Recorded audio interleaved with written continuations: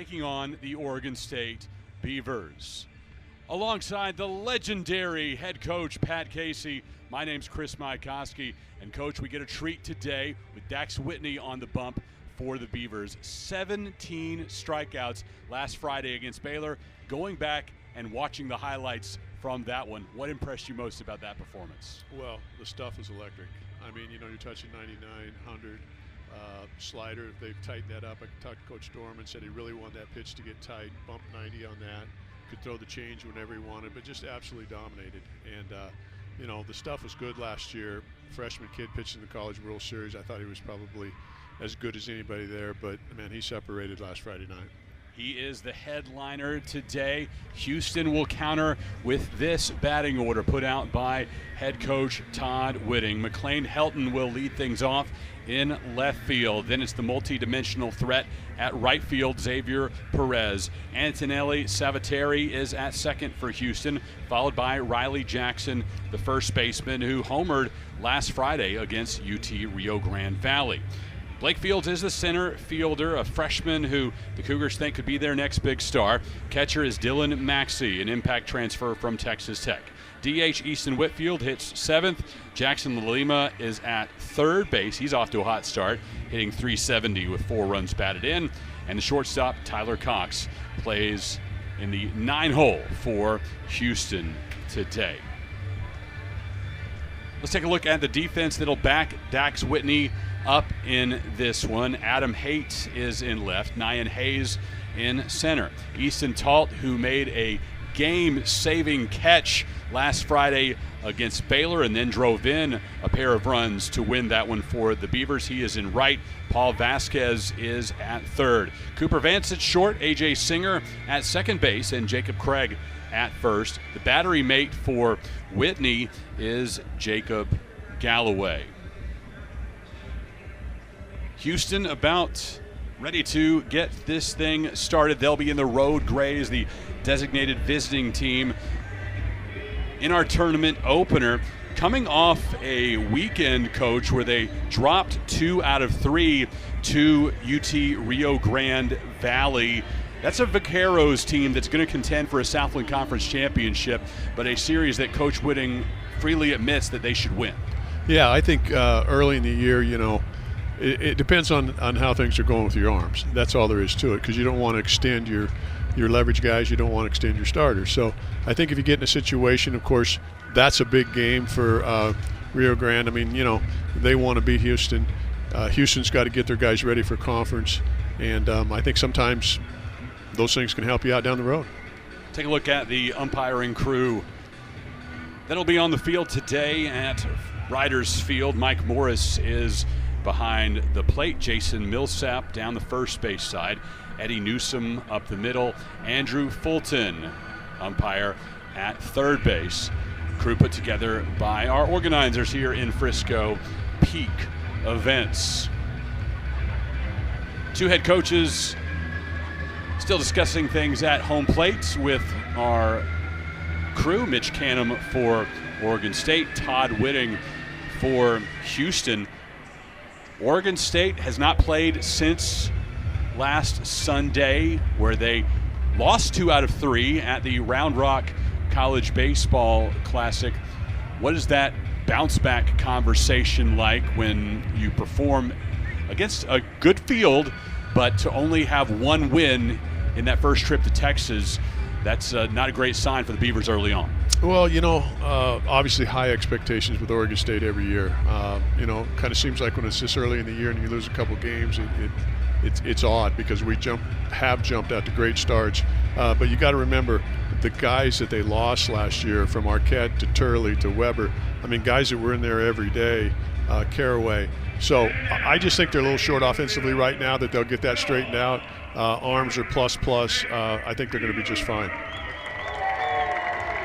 Beavers taking the field in Frisco. We're at the AA home of the Texas Rangers, the Frisco Rough Riders, and Dax Whitney making his way to the bump. Last Friday against Baylor at the Round Rock Classic, 7 innings pitched, no runs allowed, just a single bare hit, and an Oregon State record 17 strikeouts, tying that mark. No walks for him in that outing. Also a no decision, but thanks to Easton Talt driving home 2 runs in the 9th, the Beavers earned a 3-1 victory. Whitney was named the Round Rock Classic MVP, which is rare for a team that goes 1-2, Coach, to have a player the MVP of a tournament. But when you put up that kind of performance that gets national attention, it was hard to vote for anybody else. Yeah, I think that he made it pretty easy on those guys voting, you know. Let's say I'm going to punch out 17, not walk anybody, and dominate. So, yeah, it is odd, but obviously that's how good he was and how good he can be. Kendall Rogers of our D1 baseball family said after that one that Whitney might have put together the most dominant start in Oregon State program history. And, Coach, you've seen a ton of those start from Beaver pitchers over the years. Is it fair to say that? Well, I think in context of what his stuff was like, it is fair. I would say the results of what Kevin Abel did in the College World Series, retiring the last 20 batters in a row, and his stuff wasn't bumping 100, but it was good enough. You know, it all comes down to whether you win or lose the game. So I would say that I love Kendall's assessment of that because the stuff was probably so dominant that he didn't feel like Baylor really could get anything going. But I'll tell you, Kevin Abel, and there's been other ones too, sure, when I was there and before me, but this certainly is one of the best pitchers, if not the best pitcher in the country. Coach Pat Casey joining us here on D1 Baseball. 3-time College World Series champion with Oregon State, 5-time champion of the Pac-10/12. And now he gets to hang out with me for a weekend. Right on. I'm excited Classic about baseball. That. I like it. McLean Helton will lead things off for Houston. Sophomore hitting .250. As Whitney looks in to get this 10th annual Frisco Classic underway. Coming at 99 with his first offering of this contest.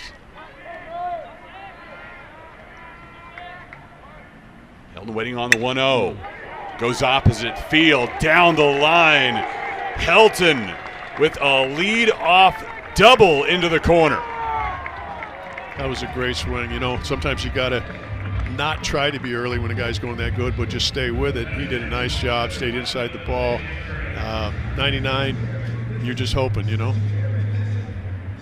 Last week, Baylor was only able to get 1 hit off of Whitney all day long. Houston gets its first hit with its first batter. Not wasting any time here in Frisco.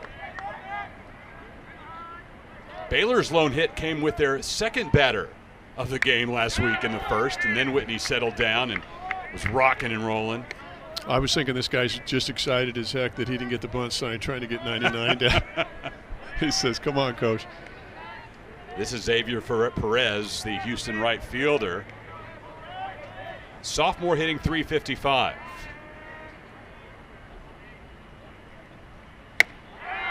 Rips it through at 98 down the middle. Yeah, him and Broussard last year were their guys. They really put up big numbers, I think, between the two of them. Drove in 80-some runs, stole a bunch of bags, and, you know, unfortunate that Broussard's not able to play today, but I was excited to see him play. Yeah, Trey Broussard out with a hamstring injury. Coach Whitting telling me yesterday after practice that we may see Broussard in a pinch hit appearance at some point this weekend, but that will be about it. Hope to have him ready in time for the Kansas State series. Perez fouls back. He made that a point of emphasis when I was visiting as well. You know, I really want him ready for Kansas State. Don't want to take any chances here, and doing the right thing for the kid.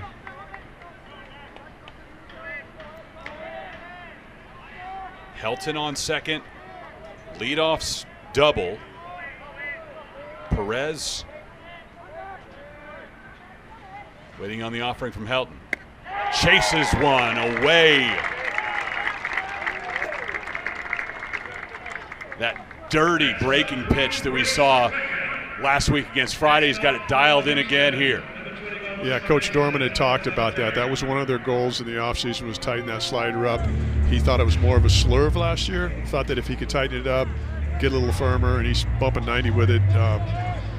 You could see by that pitch that it's tough to handle. And when you're going from 99 on the heater to 89 on that slider, it's a near impossible task. Antonelli Saviteri now for Houston.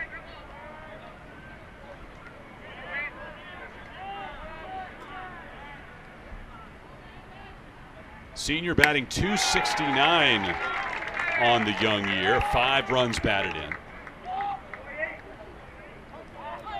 The one thing you have with guys that strike a lot of guys out, they get deep in those pitch counts, you know, so sometimes early contact is good. You don't want to see him get into high pitch counts early in the year. Tapped it back into the glove of Galloway for strikeout number 2.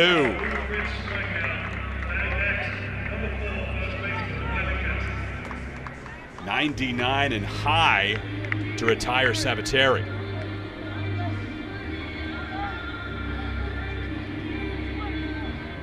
Just hard to lay off that one, Coach. Yeah, it's on you in a hurry. Now Riley Jackson, cleanup hitter for the Cougars. I think you got to pick a pitch early in the count.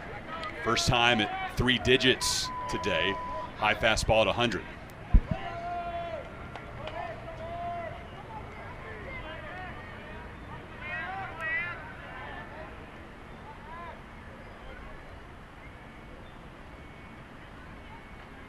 Pitch to Jackson, foul back towards us. I needed Coach might have a souvenir, but you still have your window closed. I needed a glove. Well, nobody's come up and showed me how to get the window open, you know what I mean? Where's my guy? Let's go. We'll get that taken care of between innings.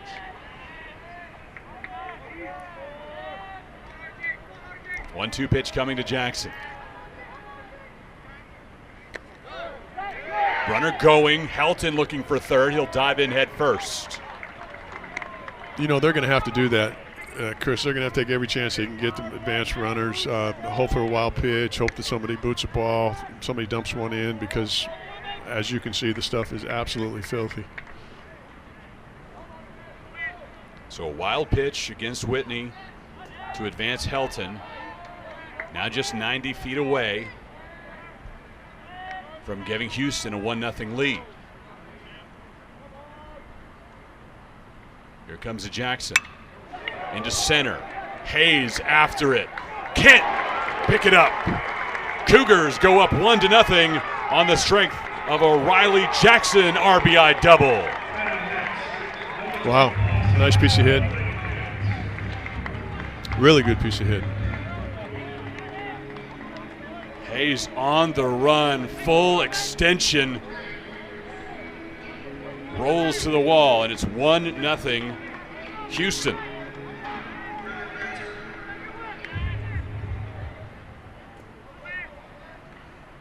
Might like to see that center fielder shading a little bit to the gap there when you're going 100.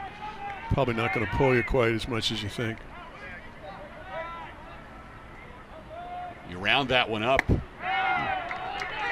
And that's 101 off the bat, off a 100-mile-per-hour pitch down the pipe to Jackson.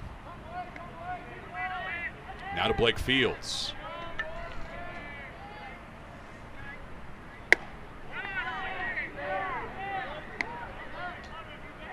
He's got to pick a pitch here, you know, and Dax has got the freedom to, he can command all 3 pitches, so this is a tough chore for anybody.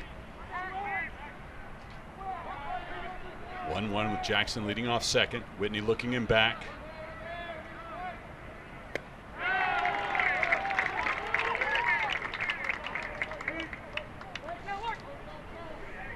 High ceiling for Blake Fields.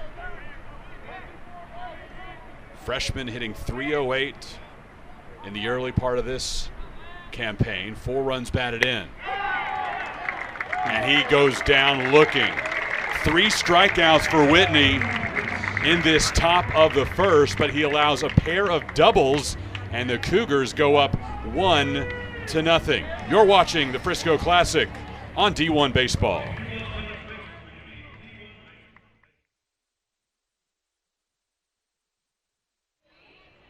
Frisco Classic brought to you by D1Baseball.com. No one covers college baseball like D1 Baseball. Covering every game from coast to coast, D1 Baseball is the resource that no college baseball fan can be without. Starting 9 for Oregon State. It begins with Easton Talt in right field. A week ago against Baylor, catch of the year in the 7th, and then a 2-run game-winning single in the 9th. He's followed by shortstop Cooper Vance, the catcher, Jacob Galloway, a veteran and a grinder in this Beaver lineup. The DH is Ryan Vanderbrink, then it's A.J. Singer, the second baseman. Nyan Hayes plays in center, maybe the highest ceiling in this Beaver lineup. First baseman is Jacob Craig, followed by Paul Vasquez at third, and Adam Haight in left. All to face Chris Cinta for Houston. Maybe the most trusted arm in the Cougar bullpen right now, Coach, and he gets a Friday start. That's got to be exciting for him, you know, especially facing a team like Oregon State that he feels like would be a great challenge for him, and looks like it's going to be a heck of a matchup. Easton Talt leading off, you know, I tell you, Chris, this guy is electric. I mean, he can do a lot of things. He can really run. He's got power. You saw what he can do defensively, and he's just a tremendous young man to be around. Talt bunting on the first pitch, and Riley Jackson beats him by a half step. 1 up, 1 down. I always felt like if the first baseman was playing where he was positioned, it would dictate if you're going to push that you'd go short, because he's got that 4-hole covered.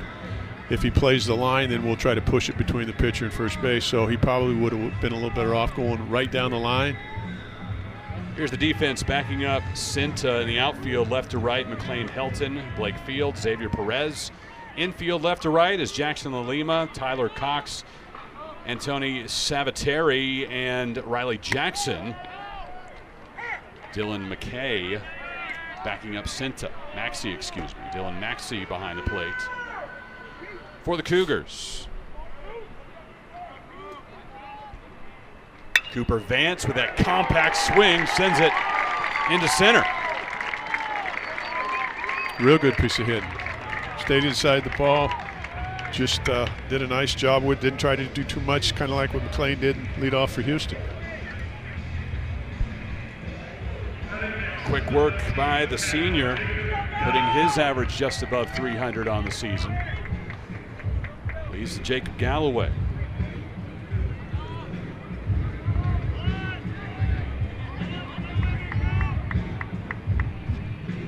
Galloway had the best seat in the house for that gem from Dax Whitney a week ago behind the plate for that 17 strikeout master class.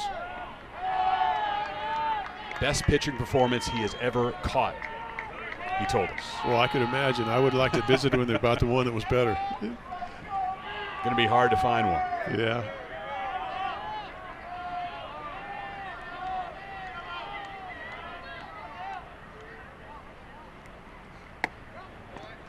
Galloway said that after the 5th inning, he stopped going up to Dax between frames. Just let him stay dialed in, didn't need to have any more conversations. Yeah, I would say that he had it in control. Autopilot. 1-1 with 1 out. And Vance at first, they'll check him back. And we know Galloway's seen quite a few arms. He's been at SC, A&M, now at Oregon State.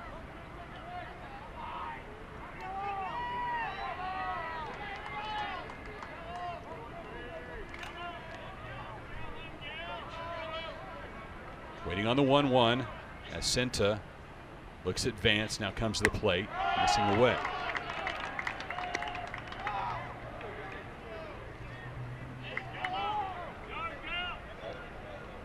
And while we praise what Whitney did a week ago, of course, the offense for Oregon State is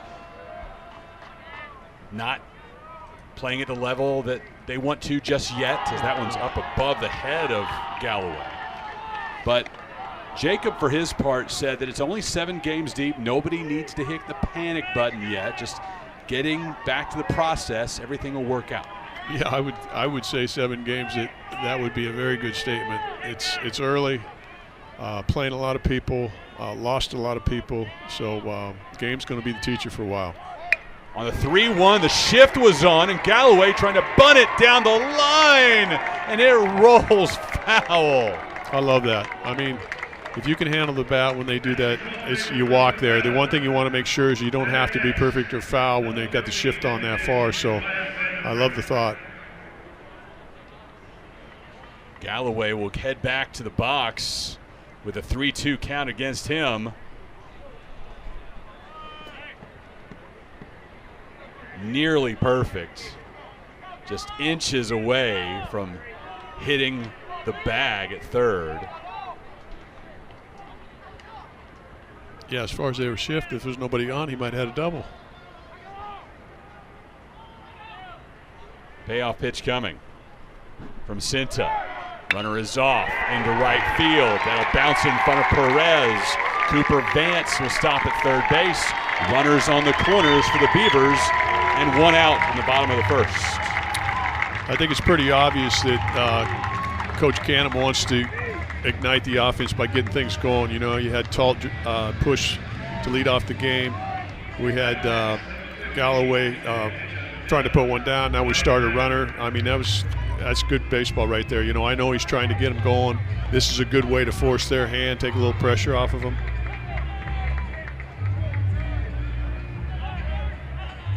This is Ryan Vandenbrink. Freshman, only 5 ABs so far on the year. Watches that one go past.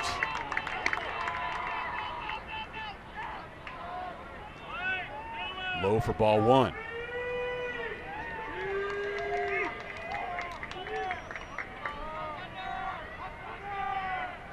Vance at third, Galloway at first. Swing and a miss from Vandenbrink.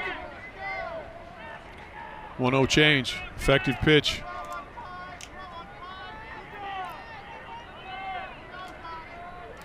Cougars up 1-0. First inning in Frisco. Missing low and in. Cinta's top outing so far was on opening day against Wake Forest. Locked down a win against the Demon Deacons, going the last 4 innings in Puerto Rico, as the Cougars went 4-0 in that opening weekend tournament. Yeah, I talked to, Todd thinks the club's good. He loves the chemistry, loves the fact they play together. He's got a few transfers, so they're going to have a little bit of time getting together, but he likes the club. Vandenbrink aboard with a 3 pass, bases loaded for Oregon State, and A.J. Singer stepping up.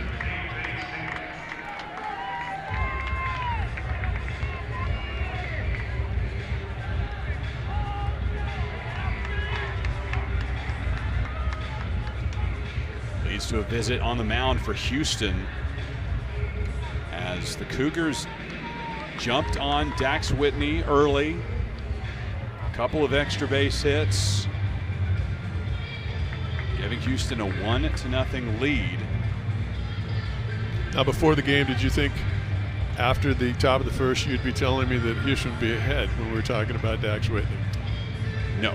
Isn't that great about baseball? Yes, it is. You come to the yard every day and you learn something good, you learn something not so good. If you would have told me he had 3 strikeouts after a half inning, I would have said I probably would have. I would have agreed with that. I said if he punches out 3, they're probably not going to get on the board. Conversation complete.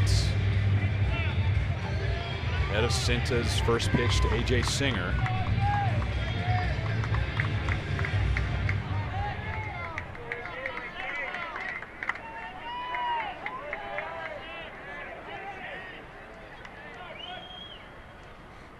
Missing in. book on Singer, the glue guy, the coach on the field, and perhaps the Beaver with the highest baseball IQ. Yeah, he's a really good player. Had a chance to sign last year, came back. He's going to get it going.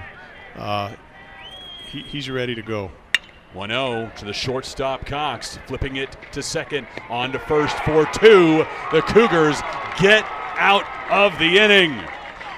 Beavers loaded the bases with 1 out, but Singer grounds into a double play, and the Cougars will go to the second inning ahead by 1. This, the 10th annual Frisco Classic on D1 Baseball. Frisco Classic number 10 at Riders Field in Frisco, Texas. This is the home of the Texas Rangers AA affiliate, the Rough Riders. But for the last decade, home the best outside of Omaha. Weekend 3 of the college baseball season means this tournament arrives. And with it this season, Coach, perfect weather has arrived as well. Couldn't ask for anything better. Absolutely beautiful blue skies. Absolutely beautiful. I was here yesterday for practice watching Alabama work out. Beautiful then too. Been amazing. This would be the day to play hooky. That's what we're doing, isn't it? This isn't a job.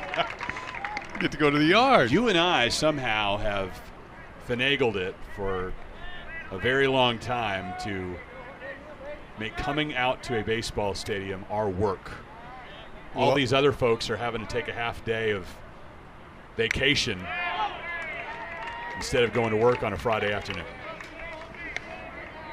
Well, D1 Baseball's made it an absolute treat for people to follow college baseball. What they've done, my good friend Kendall called me and said, hey, you want to go out there? And I said, absolutely. What you guys have done for baseball is incredible. This first thing we do is get in our app to find out the scores, the stories. It's wonderful. 79 degrees. We'll hit a low of 60 later tonight. Not a cloud in the sky as we play north of Dallas. Wow. I mean, that is absolutely filthy right there. I know it was a ball, but it's coming out of his hands and exploding on the hitter. That's 101, just low. 1-2 to Maxey, missing away. And I'll tell you, Chris, the Houston hitters are doing a good job. I mean, you're talking about a college guy going 100 miles an hour with a slider to change, and they're doing a good job. I know they punched out 3 times, but they're not coming off the plate. They're staying on the ball. Looks good. 2-2. Got him. Had to go look over to first. He did go around. Strike 3. And 4 strikeouts. All 4 outs for Houston so far by way of the K.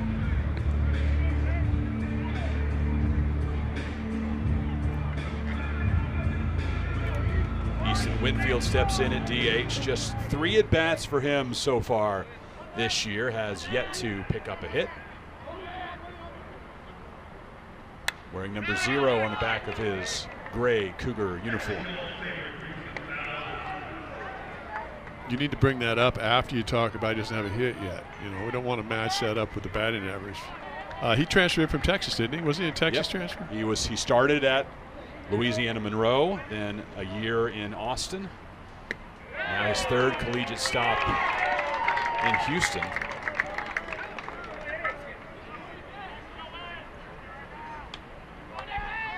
Got 19 starts for Coach Schlossnagel and the Longhorns last year. Hit .250.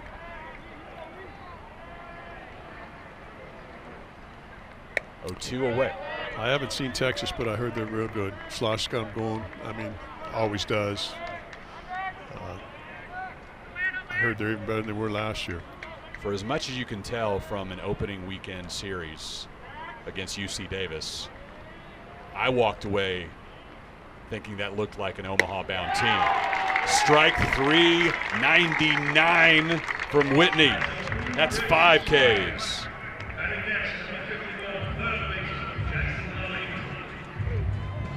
He does it easy too, That's the thing that people don't realize about max effort, minimum efficiency is not good on the arm, but maximum efficiency, minimal effort, that's what you want. His mechanics are outstanding. Coach Dorman's done an amazing job with him. What a jump he's made from his freshman year. Jackson LaLima has a hot bat to start this season. 370, 2 homers, 4 runs batted in. Being the 8th spot for the Cougs.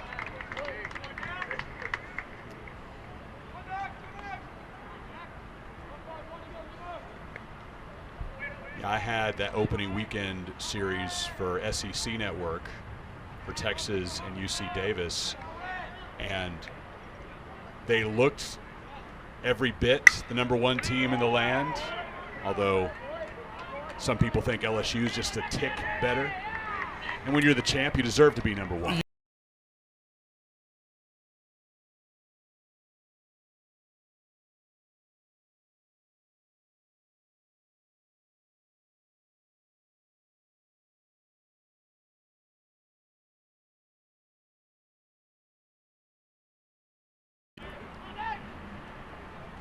Dax Whitney with 5 strikeouts through 5 outs of the Cougars.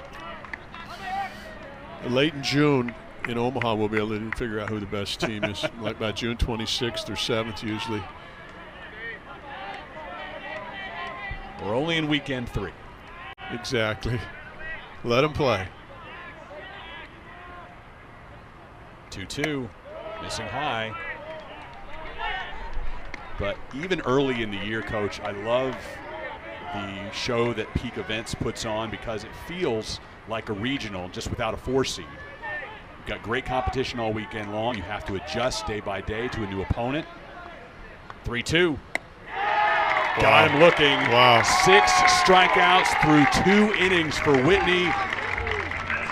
The slider is dialed in for the Oregon State ace and the preseason All-American. But his Beavers trail the Cougars. It's 1-0 in Frisco.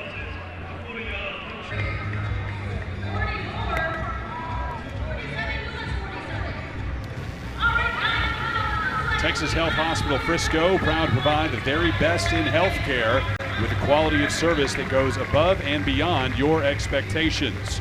We have taken care of this community in its greatest time of need and will continue to do so in the years to come. Chris Mykowski with Pat Casey on D1Baseball.com. The first of 6 games this weekend in the Frisco College Baseball Classic. Houston got a pair of doubles in the top of the first to go up 1-0 on Oregon State. But it's still the Dax Whitney show today. 6 strikeouts in just 2 innings, bringing 100 regularly and dipping down to a slider at 89 that he can put wherever he wants. Well, when you're hitting in the 8-hole and he's dropping 100 on you, you don't think you should get a 3-2 slider, right? You know, like nobody on 3-2, 90-mile-an-hour slider. I mean, it's crazy. I mean, it is that good that it's crazy. You could be a fairly routine defender for Oregon State today, I think, and get away with it, right? All you have to do is watch him punch people out. Fouled off. Towards the Oregon State bullpen, it's Hayes, Craig, and Vasquez due up for the Beavers.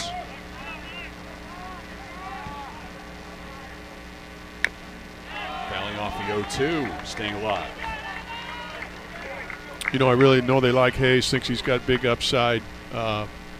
Excited to watch him play throughout the season, find out what he can do. Now, the word is raw right now, but plenty of power, plenty of speed. Game just needs some polish. Like they all do. That's why people like you are around, right? Well, I don't know, you know. Swing and a miss by Hayes. That's strikeout number 1 for Cinta. There's always that point where you feel like you got them to the point where they absolutely believe in themselves, you know, because confidence is a result of action. You know, it's not a prerequisite. You know, and so I love to see guys take it on and get after it.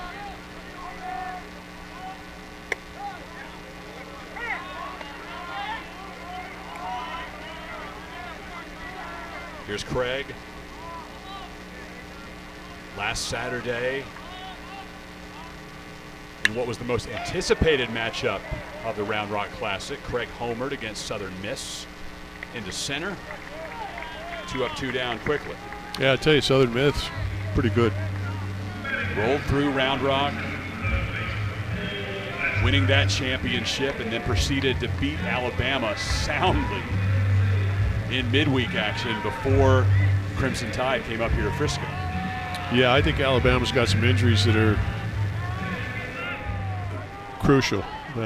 Talked to Rob yesterday, felt like they got some guys down.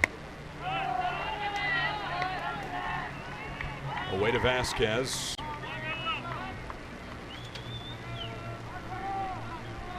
His 3rd start of the season. Good pitch.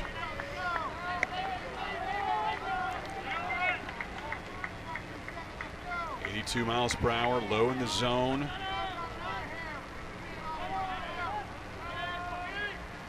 One offer.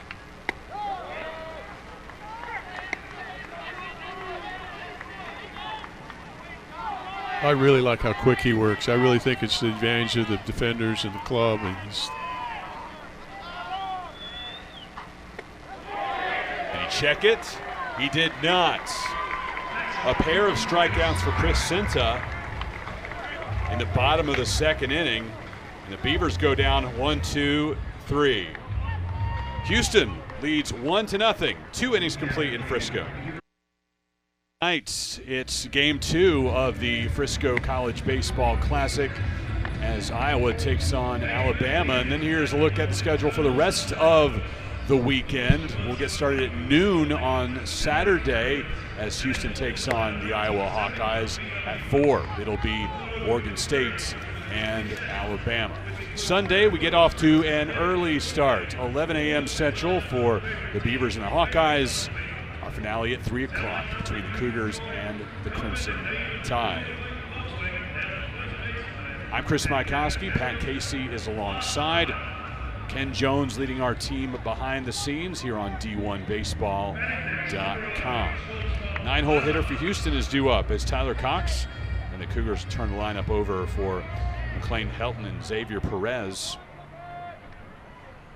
Cougars got off to a 4-0 start this season at the Puerto Rico Challenge.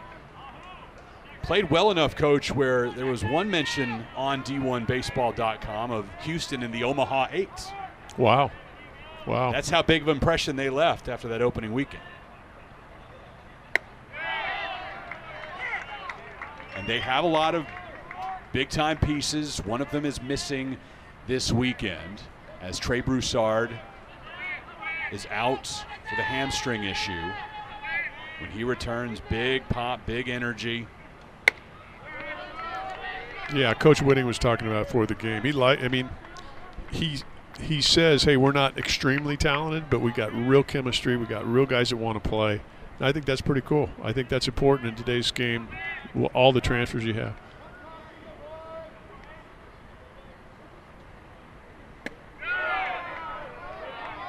Missing just low. I think the impressive thing is it's not like he's touching 99. He's pitching at 99. I mean, he's touching 100, 101, but he's pitching at 99. Not sure I've seen that done by very many people at this level. Missing in. First walk issued by Whitney. He had just one last Friday in that gym against Baylor where he struck out 17. Back to the top of the Houston order for Helton.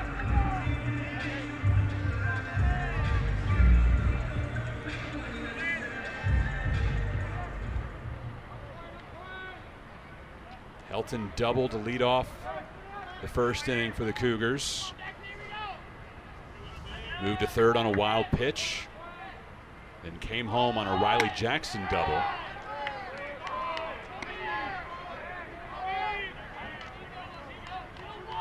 Yeah, I think Houston, like Oregon State, is going to want to get some things going. You know, Whitney's a different story because you got to try to do something with him. Oregon State trying to do it because they've been kind of lackluster offensively throughout the first 6 or 7 games. So should see some movement here. 2-0, nothing doing so far. Cox has a couple of stolen base attempts this year. Swiped one. 2-1 after Helton now tapping his chest. I just don't know. Yeah, I'm thinking if I'm 2-0 hitting leadoff hole, the guy's punching everybody out. I'm taking a slider. I don't know what he's going to do with it if he hits it anyway. I would have made it 3-0, well low. Check over to first. That's just a kind of a mental thing, you know. Get locked in, say, hey, I'm looking one pitch, one location, 2-0. The guy's 100 with a 90-mile-an-hour slider. Of course, he could have got fooled too, you know. I thought it was a fastball. 2-1 coming to Helton, showing bunt, laying it down to Vasquez at third, firing to Craig for the first out of the third as Cox advances.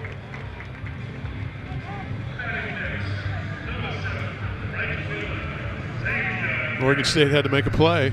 First play of the game, right? Isn't it the first one they've had to record it now? That is the, first play by anyone in the field. The other 6 outs so far today, all strikeouts by Whitney. Well, you called it before the game. You told me last weekend, you said it was amazing what he did. And I imagine that this is somewhat duplicating that. He got off to almost as hot of a start. You can't do any better than 6 consecutive strikeouts. And let's give Houston some credit too. You know, as good as he is, they're on the board, and they got a guy at second. So, and they got him in a pitch count too. I don't know where he's at, low 40s probably, but you know, that's what you got to do. You got to force him into deep pitch counts. And last week, Coach, 5 of the first 6 outs were strikeouts from Whitney. And then the 7th out was a strikeout. So the same ratio, 6 of the first 7, just in a slightly different order. 0-2, blew it past him at 100.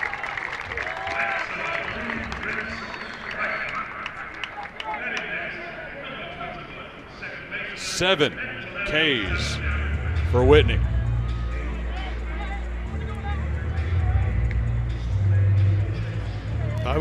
I'm just looking over and you're shaking your head. Well, I'm going to go out on a limb and just really think I'm really intelligent, and I'm going to guess that he's leading the country in strikeouts.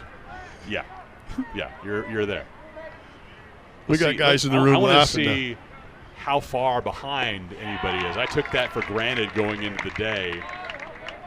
I just was taken by, I'm guessing. How's that?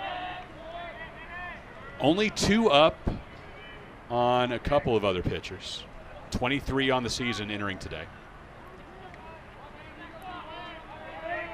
But he is expanding his lead with nearly every batter. Yeah, I would say that he's well positioned to hold on to that position as leading the country in strikeouts. Grant Govell at Southern Cal, Ethan Lay at Sacramento State coming into the weekend with 21 strikeouts apiece. And there's number 8, 79 miles per hour out of Whitney's right hand. 8 Ks through 3 innings, but the Beavers need to get their bats going. They trail 1-0. D1Baseball.com bringing you exclusive coverage of the Frisco College Baseball Classic. This is also the place to watch this weekend's Las Vegas College Baseball Classic. Mike Farron and Mike Rooney will have the call of that one. about an hour and 15 minutes away from game one of that event as UC Irvine takes on Vanderbilt. Then later tonight, it's Arizona and Oregon. Wow, Arizona's off to a rough start. Oh my gosh. Man. Yeah, visiting with some friends from the Big 12 yesterday here to watch Houston practice and just bringing that up, and everybody's shaking their head and trying to figure out how Arizona gets things turned around. And one aspect of that that's, of course, important to anyone in that conference office is the tournament is now in Surprise. So they want a large contingent of Arizona and Arizona State fans there. Wildcats, a lot of baseball left to be played, but right now it looked like they wouldn't even qualify for the Big 12 tournament. Yeah, it's surprising. You know, we, no pun intended with the surprising, but that tournament was Arizona State tournament. And then after Murph left, we took it on. You know, Mark Coronado said, man, you're bringing down 3,000 people. Why don't you guys host it? And it's been amazing for us ever since. The pilgrimage for Beaver fans to Surprise is special. Through the left side of the infield, that's 3 singles for Oregon State. They trail 1-0, bottom of the third. Back to the top of the order for Talt. You know, you go back to that last inning, Chris, and if you think about 2-0 man at first and you take the pitch to go 3-0, how that could change the whole inning. You know, big decision there. Going to 3-0, chance that he gets walked or he can start a runner. Those little things add up and make big differences because it's going to be hard to get runs off of Dax. So far, hard to get anything going off of Chris Cinta as well. This is normally a reliever for the Cougars. He gets the call here on Friday afternoon. Veteran lefty. Coach Whitting said he's not as sharp yet this year as he was last year, but still pounds the strike zones and one of the better senior pitchers you're going to find at this level. It hits Talt as he comes out of the box. And he'll go back for another chance. Yeah, let's not overlook that. You know, you're talking about because Whitney's so dominant right now, how well Cinta's throwing. He really is throwing very, very well. Got himself out of a jam with a double play. I imagine if he's a bullpen guy that they're hoping to get 5 out of him.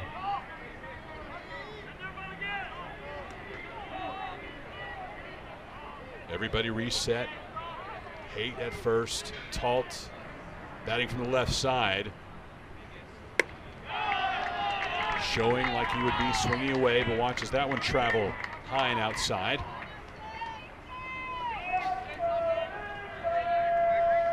Talt tried to bunt for a hit his first time up, but Riley Jackson beat him to the bag by a step. 1-1. Showing bunt again, trying to push it past Jackson. Play is at second. Able to get the lead runner. Just too much juice on that bunt attempt, Coach. Yeah, location. Like I said, he's holding the runner there. You got to clear the first baseman. You got to really force the second baseman to field the ball there because he's trying to advance the runner. I imagine he's going to run here early in the count. I know Oregon State's trying to press here a little bit. He wants to push those buttons.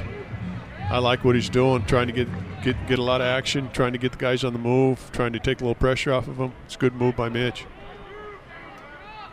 Here's Vance. Contact bat, and exactly what Oregon State needs right now. Push Talt around and tie this game.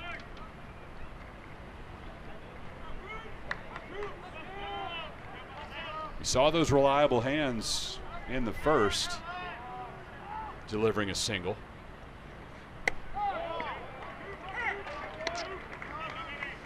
Good pitch.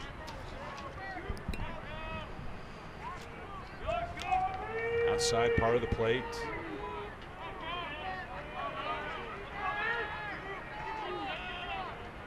Cinta looks over to first and comes home. In the dirt, Great Talt read. is off. Runner in scoring position for the Beavers. Tremendous read there by Easton.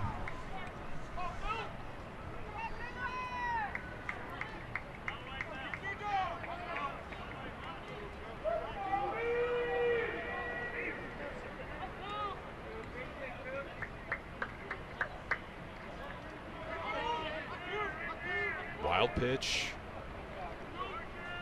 against Cinta. 1-1. Fouled away. You know, when you have so many guys in the middle of your order like Oregon State had last year, they're gone. You know, you're trying to figure out what is your niche, you know, and I think that's one of the issues they got going on right now. You know, do we want to play the small ball? Do we want to swing it? Do we want to run? And so this is good that they're pressing the action right now. I think it's putting a little pressure on Cinta, and he's been real good, real good.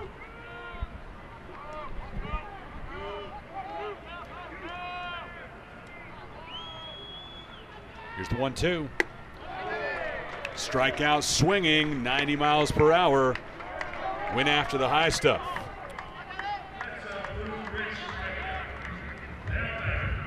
Third K for Cinta. You know, he's really moving the ball around, too. The guys hit velo. Now, they're not going to hit 100, but guys generally hit velo. So you have to have something that goes downhill or it moves right or left. And he's moving the ball in and out, changing speeds, and you have to do that. I mean, guys just hit velo now. You sit there and see a guy 94, 95 miles an hour in big league camp, just guys putting the barrel on everything. Got to go downhill.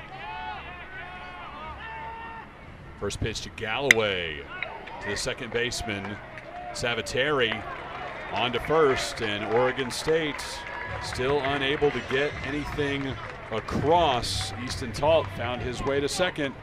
That was his limit. 1-0 Cougars. Oregon State gets Easton Talt over to second base, but that's all that the Beavers can muster in the third inning, and they remain scoreless through 3. Houston plated one in the top of the first. That's the only run we've had so far today. 1-0 Cougars over the Beavers in the opener of this Frisco College Baseball Classic. And Coach, from your perspective, 10 years of this tournament, everybody I talk into the coaching world really seems to feel that this is one of the premier events. The way that Peak puts it on, the facilities, the overall experience, the reputation for Peak events and this tournament just have grown over the last decade. I've shown up here. It's my first time back here, and it's amazing the way the people have handled everything. Ballpark's beautiful, weather's beautiful, everything is right on time. I mean, it's first class, and you know, I know the institutions and the players really appreciate it. They travel a long way, and to have a first class tournament is something that's really cool for these young men. Riley Jackson will be followed by Blake Fields and Dylan Maxey for Houston, top of the fourth. Jackson responsible for bringing home the only run so far today, with a double in the first. Yeah, you know, he doesn't. It's just kind of incredible that how the game is. Got him to swing and miss. This guy's leading the country in strikeouts and doesn't have a win this year, and he's behind in the game. I mean, there's no other game in the world. You know, the defense starts with the ball. Like, you know, it's just the beauty of baseball. 0-2. Fouled off by Jackson, as Dax Whitney, the nation's strikeout king through 2 weeks, has 8 Ks. A week ago in Round Rock, Texas against Baylor, had 17 for the Beavers. Got him again. 9 Ks for Whitney. I'm not sure what to say. I can sit back here and watch. What's incredible to me is you could actually do this night after night after night. Like, I want to put a uni on right now and run up and down the dugout. You know what I mean? Like, it's good stuff, man. And like I said, I really mean what I say about D1 baseball and what they've done to get college baseball out there. It's fantastic. Well, I had the great Mike Rooney alongside for Dax's start last Friday. And kind of like you, after a while, he was running out of ways to talk about this performance, and more often than not, it was just wow. Kept saying wow over and over and over again. Well, Rune's a great baseball man. You know, he was at Arizona State as assistant for Pat Murphy when I was at Oregon State early in my career. So I've known Runes for a long time. He's fantastic, loves the game, knows the game, one of the good ones. Here's Blake Fields. Buckled his knees on that slider. Struck out looking his first time around.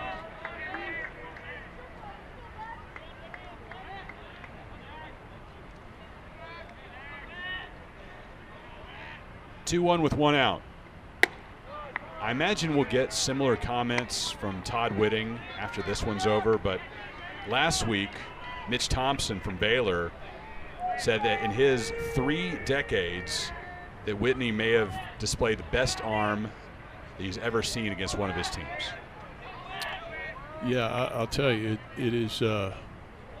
It's electric. It's not only electric; it's easy.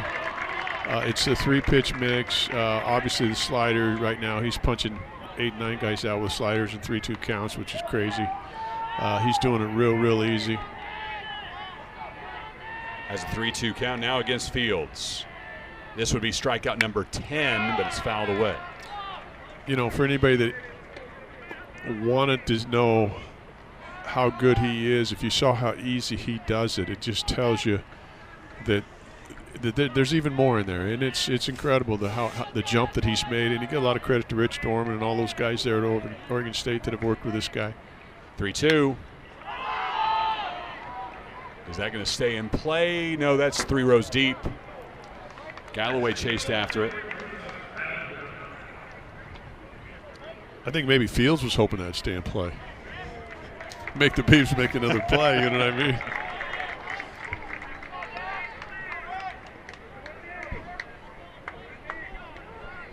Instead, another 3-2 pitch coming from Whitney to Fields. Sitting at 9 strikeouts. Whitney just inside, doesn't get number 10.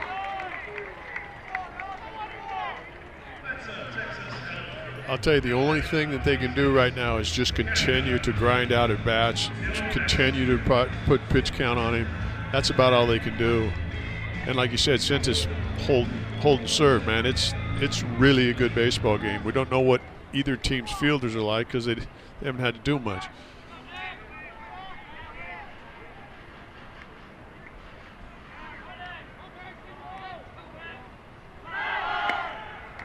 Fields is off and sliding in safely. His 3rd stolen base of the year. I like it. Both teams. I like their pressing. You got 2 good arms. Obviously, you're not going to do a lot of damage on Whitney, so you got to do something. I hope they don't try to bunt here. I'm just going to try to stay inside the ball, try to run to the right side, and just hope we can move a runner.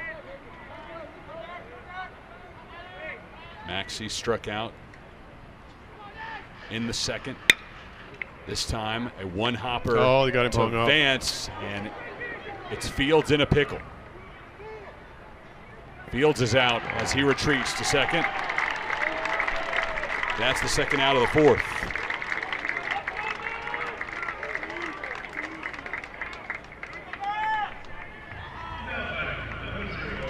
Yeah, you get a guy in scoring position off of him, and you certainly can't give an out up there. I know it's a tough play. One thing with the hitter has got to do, he knows he hit the ball to short. He knows he's hung up. He's got to look inside and get rounded and see if he can't get to 2nd. He did a nice job staying in the middle there for long enough time for him. If he would have immediately went to 2nd, might have been able to exchange the out for the runner. Back to Winfield.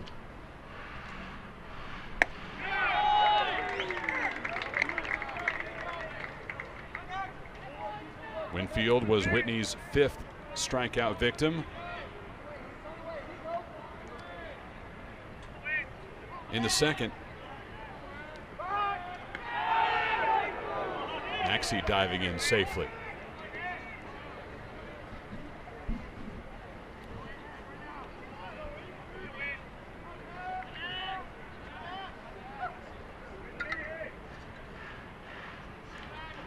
Just like last week for Whitney, everything seems to be working. He's commanding the tempo, not just his stuff. Bringing plenty of energy. I mean, that pitch is filthy. Coach Canham threw out the question last Friday night in his press conference. If you're a coach, how in the world do you adjust to what Whitney's doing through the course of a game? And in talking to Coach Whitting yesterday, kind of shook his head. He's like, just got to hope that there's an occasional mistake and you have to take advantage of it. Yeah, I think all that's true. I also think you got to just sit pitches. I just don't think you're going to handle both sides of the plate in 2 pitches on him. I think you just got to, we faced Garrett Cole and Trevor Bauer back-to-back in 2013 and had to do that with Cole. We just jumped on the plate, said we're just going to try to get something out over the plate, give up on the one on the in, and try to pick a pitch. 2-2 with 2 out. Whitney has strikeout number 10. Buckling the knees of Winfield. Wow. Oregon State still trails, though. It's 1-0 Houston midway through the 4th. It'll be Vandenbrink, Singer, and Hayes for Oregon State. Beavers trail 1-0, despite the fact that their pitcher, Dax Whitney, has 10 strikeouts. That's all great, but you have to do some hitting of your own. So far, Oregon State has only have 3 singles to their credit. They were able to get runners on the corners with 1 out in the first. That's the biggest threat they posed. I think it's never changed. Until you get a little back-to-back, couple knocks, and you're struggling. It's hard to tie them together, and you start pressing a little bit. And it seems like balls you hit hard or hit at somebody. So they get something to fall here and get some guys going. They'll be in a position to make a move. Big swing and a miss by Vandenbrink. 4th K for Cinta.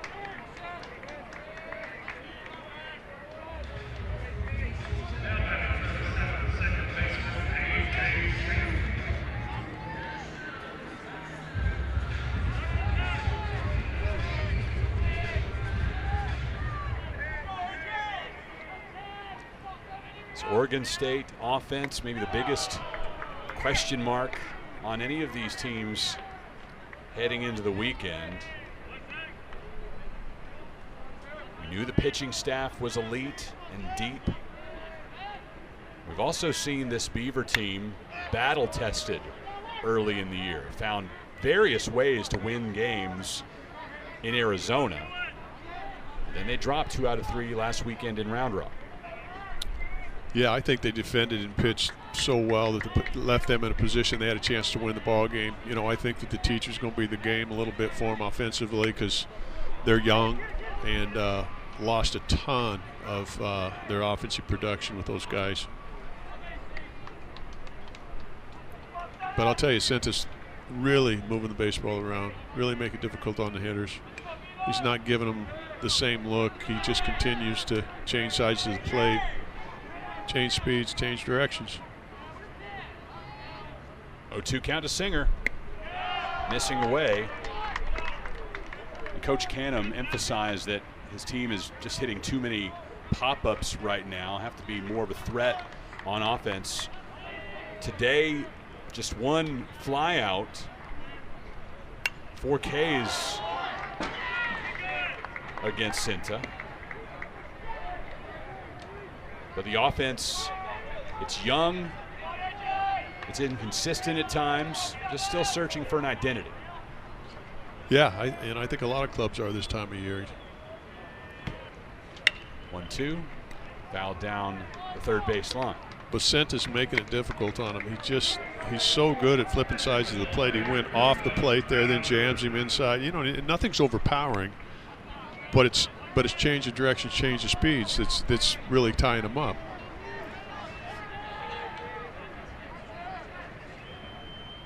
1-2. Into right center. Fields and Perez. It's Perez coming on to make the catch with Fields trailing behind him. 2 down.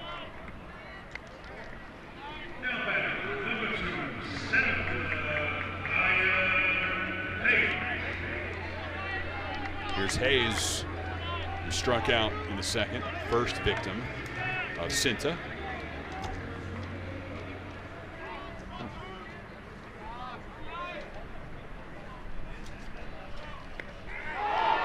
And it plunked him.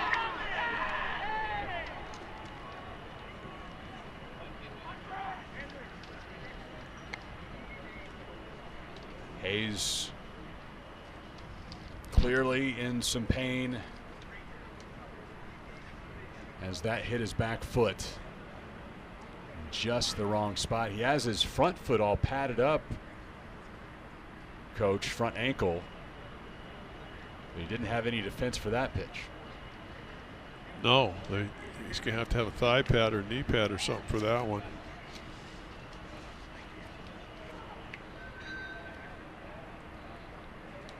Base runner, base runner. Yeah, Oregon State gets a man aboard. That'll be the bright spot once Hayes finds his feet. And he will walk it off a bit gingerly.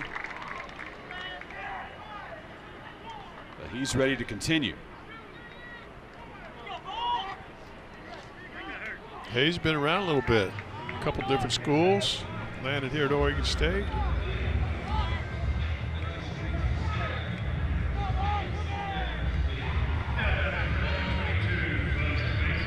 This is the time where Craig could cheat to a pitch and get on one, you know, and get that dugout going a little bit. I'm playing a little deeper in the outfield here with 2 outs.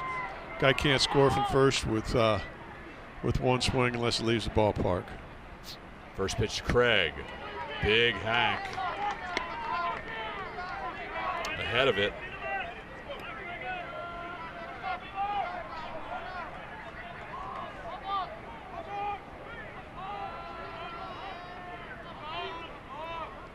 Hayes with a short lead off of first. Wow, good pitch. I think he missed that one. Just low.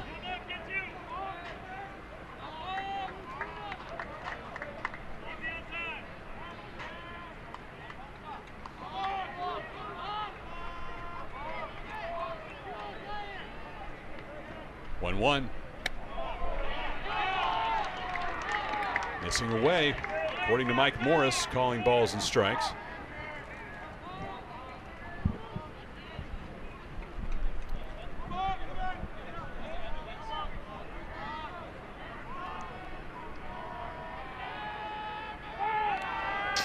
And Hayes is off to second with a throw over to first. Got to get rid of the ball.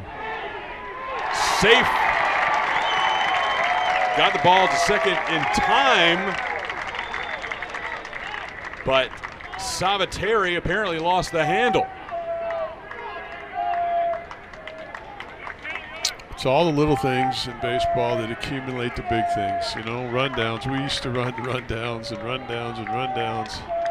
Pick plays, bunt defenses. And I'm sure they work on it a bunch, but sometimes when you just think you're out of an inning, something like that happens. Yeah, it was away from us to the center field side, but Saviteri must have had that ball fall out of his glove as he tried to apply the tag. Well, he's got first base open, so I would think that he would throw a pitch that Craig isn't cheating to. Craig goes opposite field, so much room to that side, and it'll score a run for the Beavers. 1-1, Beavers on the board. Wow, think about that. A run down and then a ground ball off the end of the bat that doesn't leave the infield and scores a guy from second. Baseball. Wow. Little things turn into big things. All the time. All the time. There are real no little things because they just add up and they become a huge thing. So, man, I know that little situations can win big games. And it happens all the time. It happens every weekend. 1-1, Cougars and Beavers, as Craig was able to take advantage of a huge piece of real estate on the right side of the infield.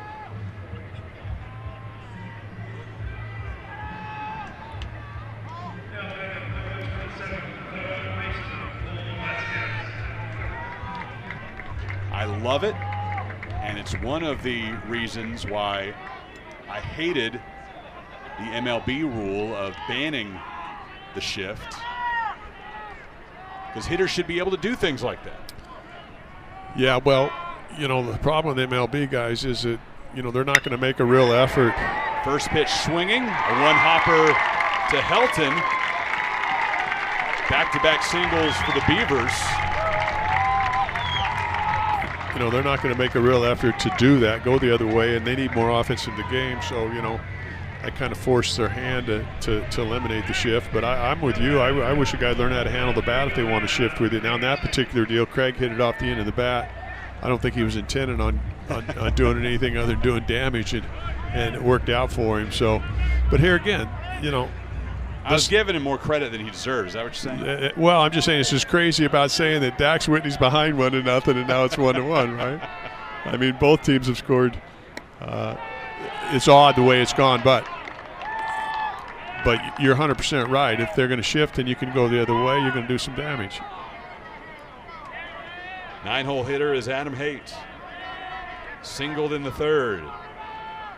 Beavers have one across and 2 men on with 2 out. Great pitch.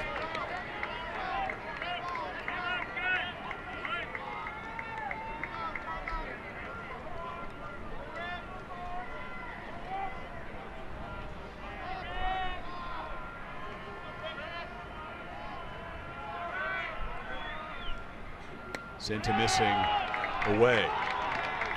Yeah, you know, you got the mindset too of the pitcher. You know, he's thinking, what do I need to do to get out an inning? I picked a guy off, and I got a guy to hit the ball off the end of the bat, and I'm still out here throwing. So, if Oregon State can put one here, it changes Mo in a hurry.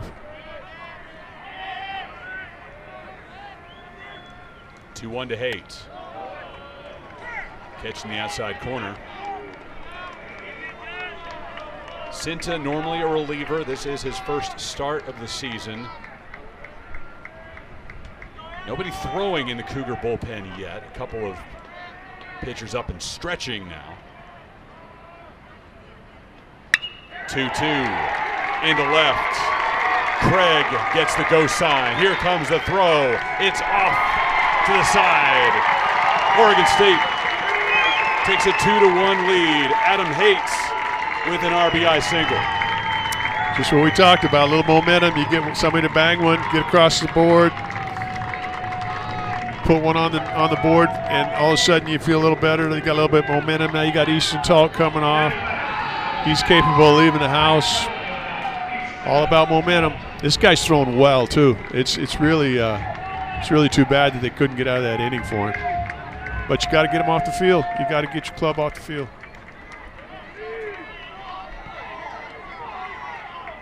Jacob Craig and Adam Haight both delivering RBI singles.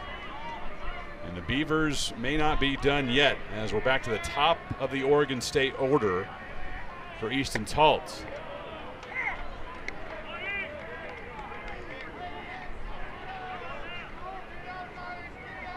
And Houston now has Jackson Baker up and throwing, the Alabama transfer.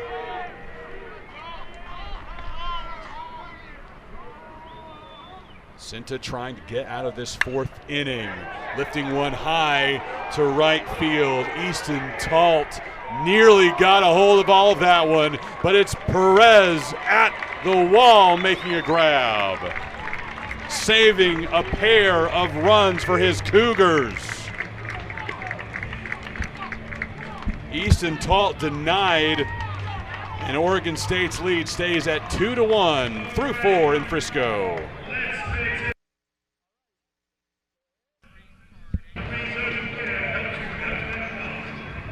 Frisco College Baseball Classic is a proud supporter of the Cystic Fibrosis Foundation, and CFF brings you our trivia question.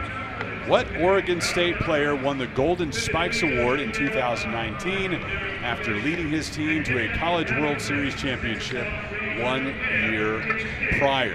The man sitting to my right knows the answer. He is not eligible for our prize. Darn it.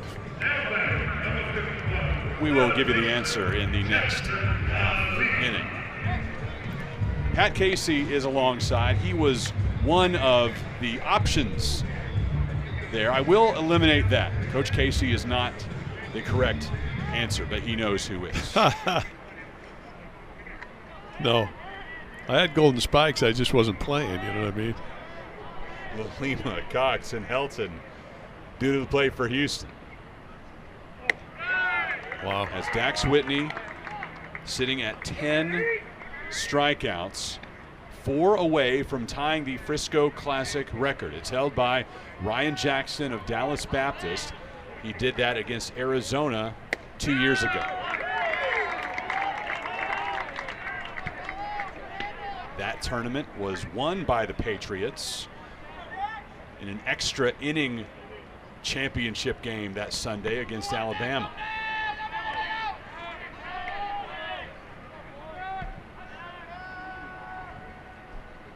Lima lifts it to left on a line, coming on to get it. It's Hayden. A good swing.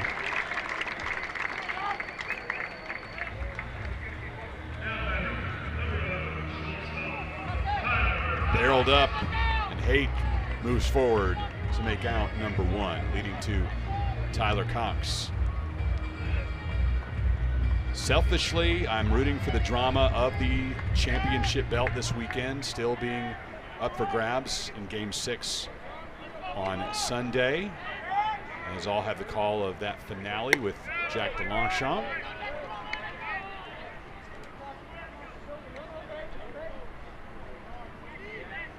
Last weekend at the Round Rock Classic, we saw Southern Miss clinch the title on Saturday night, so not a ton of drama on Sunday. But of course, the Golden Eagles wanted to walk away undefeated. Didn't want to celebrate that championship after suffering a loss. I tell you, they got a club this year. They really do, and they typically do. They great job. They really compete. They really swing it, and they're always going to come at you. A lot of fun last weekend at the Rangers AAA home for the Golden Eagles. Beavers didn't have a great time there, dropping their last 2. Was the weather as good as is it today? Here? A little colder. Yeah. Still nice, a little colder. Good 3-1, pitch. Whitney to Cox. Oregon State headed back home for a few days and quick return to Texas. Back-to-back peak events for the Beavers. 3-1, showing bunt, pulling back, now full count to Cox.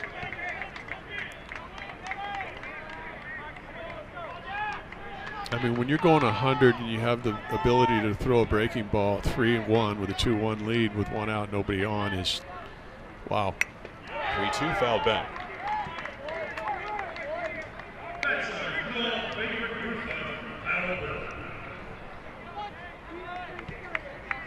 Cox walks back in the 3rd, one of 2 free passes issued by Whitney. Again, the 3-2. Into left, over towards the Oregon State bullpen.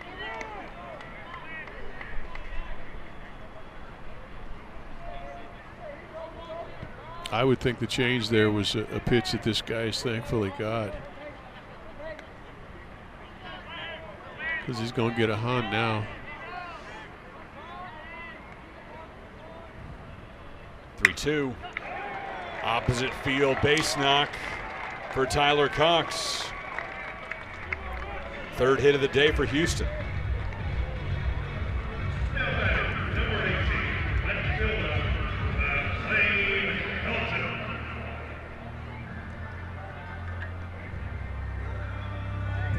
Returning to the top of the Cougar order for Helton. You know, Houston's done a good job of getting him deep pitch counts. I mean, he's dominant. There's no question about it. But you got to give him some credit because they've got the pitch count up. You're probably not going to get 7 like you did last out of him. That's pitch number 79 as we play in the 5th. Yeah, he might be his last inning. I mean, they got you know, obviously they're doing a great job looking out for him. It's early in the year.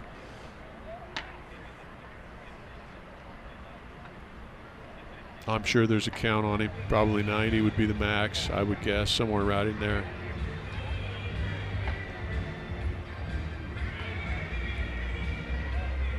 Whitney, last weekend, they were threatening pulling him after the 6th, I believe, and he gave a death stare in that dugout. No, I'm not done. Scherzer, he gave the Scherzer, go back to the dugout. World Series, Skip comes out. No, you got no shot at taking me out. This stuff just felt different, he said a week ago. But it looks the same from one week to the next here in Texas. Yeah, I'd say he feels pretty good. It's dominant stuff, no matter how we cut it. 1-2, missing away. I think the one thing that could keep him in a little lower pitch count would, you know, that fastball at 99 to 100. They're not doing a whole lot with. But he can command them all. Here's the 2-2. Got him. That's 11.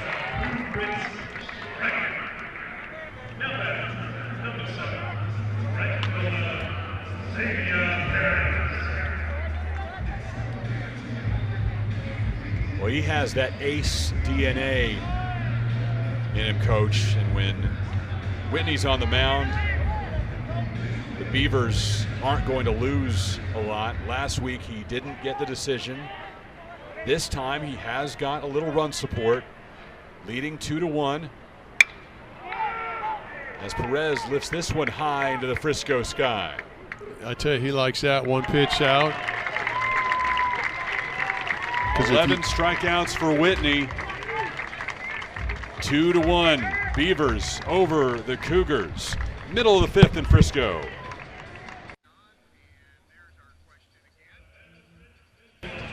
Let's take a look at our Cystic Fibrosis Foundation trivia question one more time.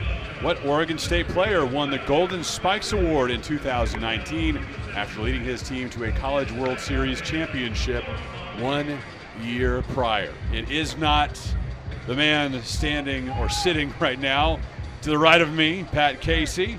It is Adley Rutschman, Beaver legend. Coach Casey is back on headset. We'll get some memories about that young man as we talked about Adley as the trivia answer today. Coach, just I'm sure so many great memories of his time at Oregon State. Any particular great story that sticks out? Just the fact that he was such a team guy. I mean, you know, people don't realize that how important that is to a club when your best player or an elite player like that makes everybody feel like they're important. Kicked on the football team as a freshman, didn't even play fall baseball. Just amazing athlete, amazing young man. Top of the order for Oregon State. Beavers lead 2-1.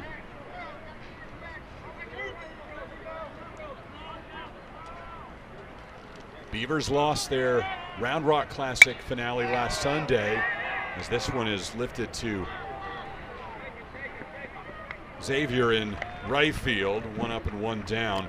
But talking to Easton Tall after that loss to the Boilermakers, he said he expected the coaches to all come into the locker room, but it was a player-led initiative. They talked to themselves and had some positive moments stepping up after a loss and hopefully riding the ship going into this weekend. Yeah, ultimately the players play the game. I always believe that practices for coaches, games are for players, and, the stronger leadership you got on the field, the less input you have to have. A good swing. Galloway into right field, backtracking. Perez makes the catch in front of the track. If you don't have, if you got a young club, I would say Oregon State might fall in that area there where Mitch has got to have more of a presence that he probably does because you don't have a lot of leadership. Where last year you had, Arquette, you had Turley, you had Weber, you had real leadership. So, yeah, the players need to have their own meetings once in a while. They need to take charge once in a while. They need to ride the ship. Here's Vandenbrink. Pair of flyouts to start this 5th inning for the Beavers.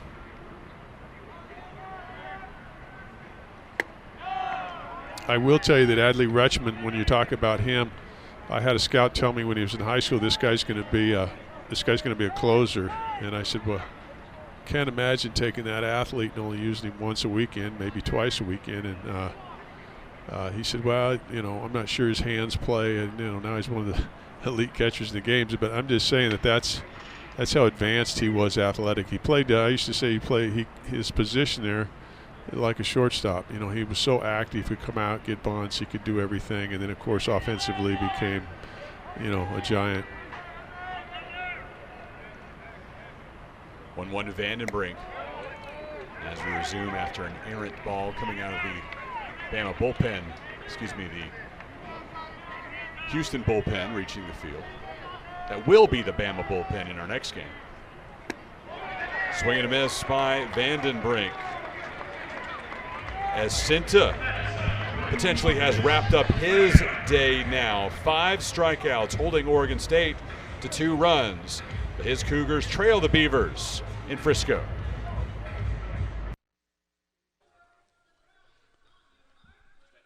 The Frisco College Baseball Classic is brought to you by D1Baseball.com. No one covers college baseball like D1 Baseball. Covering every game from coast to coast, D1 Baseball is the resource that no college baseball fan can be without. I'm Chris Mikoski. Coach Pat Casey is alongside for Game 1 of 6 at the Frisco College Baseball Classic. This is the exclusive home of the tournament, D1Baseball.com. We'll also have exclusive coverage of the Las Vegas Classic this weekend on the platform. Vanderbilt and UC Irvine will get started in game number 1 at Las Vegas Ballpark in about 20 minutes with Mike Farron and Mike Rooney on the call. Got to spend part of my weekend with Runes, and he was just as blown away, I think, as you are by what we're witnessing from Dax Whitney. Well, that's saying something because Runes has seen a lot of baseball, and he loves the game. He's a purist. He knows the game. That'd be hard to think that somebody wouldn't think that was electric, but I'm glad Runes got to experience that. Saviteri lifting one to right field. Easton Talt under it for the first out of the 6th.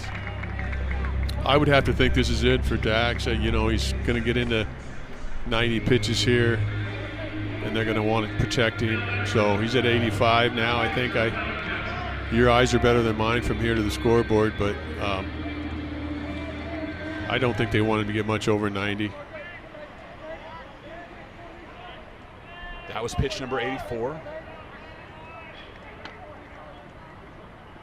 Jackson doubled off of Whitney back in the 1st inning and then struck out in the 4th.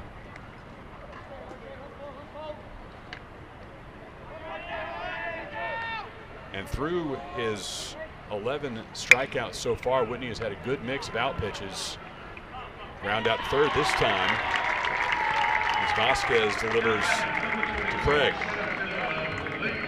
Well, contact back-to-back batters. I don't know if that's happened yet today.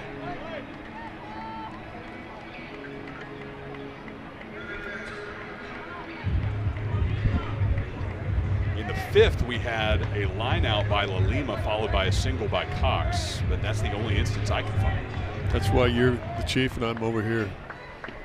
I'm over here just watching the game, having a good time.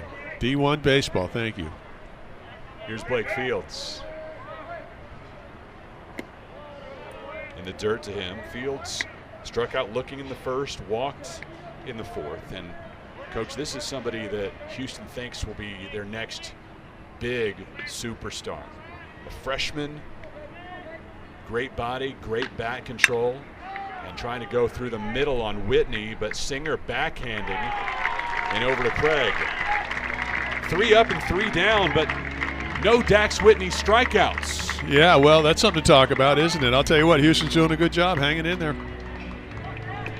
Frisco, Texas, Oregon State leads Houston 2-1, middle of the 6th. I'm Chris Mykowski. Pat Casey is alongside for the 10th annual Frisco College Baseball Classic. Jackson Baker will take the bump for Houston, coming on in relief of Chris Cinta. Pitching change for Houston after a really solid outing, Coach, for Cinta. He's going to be potentially a tough luck loser after holding the Beavers to 2 runs in 5 innings. Yeah, I tell you what, he threw well, man. He really did. Really changed speeds, really changed directions. I know Baker struggled a little bit here early, but it's early. You know, batting average, ERA, those kinds of things can fool you early. One bad inning or, you know, a couple bad games. The guys get hot, things start changing. You know, nobody should make any decisions till a guy's got 50 or 75 at bats, and same with pitchers, you know. I'm sure they like him or they wouldn't bring him in a leverage situation. Well, Baker last through last Saturday against UT Rio Grande Valley, and as Coach alluded to, he struggled.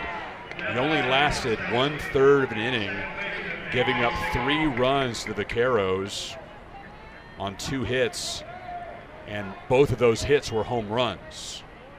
Yeah, peculiar they'd bring him in this situation, but maybe they want to show him they got confidence in him. He's obviously got a good arm. You know, I'm so old school that you had to tell me the monitor's right here to give me everything I need to know now, you know, because I used to think when you got somebody out it was a good pitch. We do love the TrackMan technology. It is advanced. That catches the zone low. Last week, in that Friday game where Dax Whitney struck out 17, I heard from a lot of Oregon State fans who thought he got squeezed and should have had 18, and all contending that his final pitch caught the outside part of the strike zone, ended up being a ground out to end the frame. But well, I had the TrackMan in front of me, and it was off the zone. The robot umpire would have agreed with the actual home plate. Oh, you need ABS, right? Well, I'll tell you, you don't know how many homegrown umpires there are in Corvallis. I tell you what, it is the breeding ground for umpires. 1-2, foul away. We have Oregon State has the best baseball fans. You know, they're electric. They're awesome. Beaver Nation travels well. Baseball's the front porch of that university, in my opinion. 2-2 to A.J. Singer. In there for strike 3, catching the outside part of the strike zone at 95 from Baker.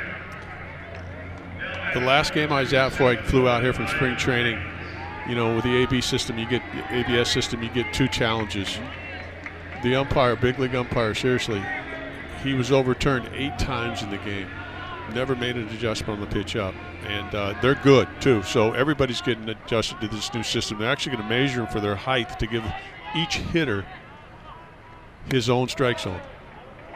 Complicated. Wild. The strategy of it is what I'm hearing about more than anything else, about how you have to make a decision early whether it's worth using that challenge. So the gamesmanship is going to be a huge part of that new rule. Man, you couldn't have said anything more important. We spent a whole meeting talking about that. You know, to use them early. Do you have more? So they're giving them the freedom to do a little bit more in spring training to find out whether the hitter, the catcher is more accurate. Here's the 1-1 to Hayes. Trying to get it through the left side, but Lalima is there with the scoop and the throw over. Real nice play by Lalima. Real nice. Come and got the ball pressed.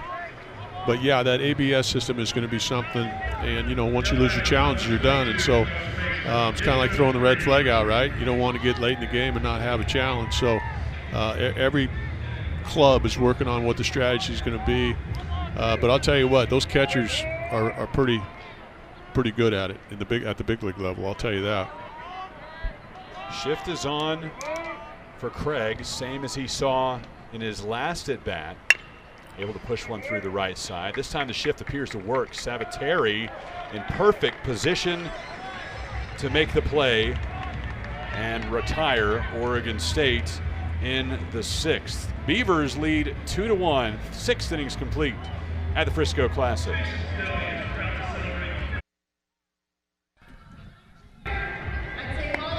Oregon State will make a change on the bump. Noah Scott relieves Dax Whitney. 11 Ks for him, so not setting tournament records in back-to-back weeks, but still another special outing from the Oregon State ace.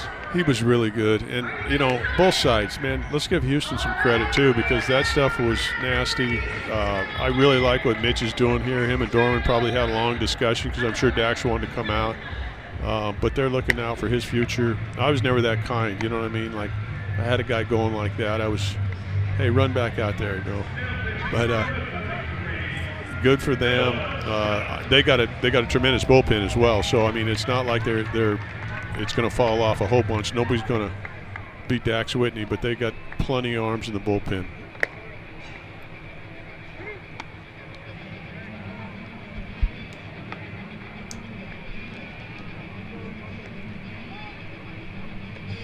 Here's a line on Noah Scott so far this season. This will be his 3rd appearance, sitting at a even 6 ERA.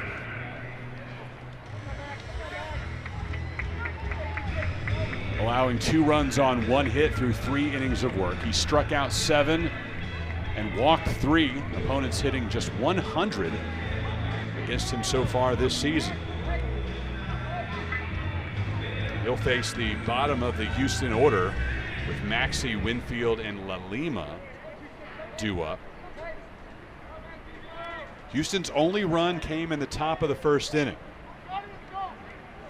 as McLean Helton doubled and came around to score on a Riley Jackson double 3 hitters later. Maxey ripping at the first offering.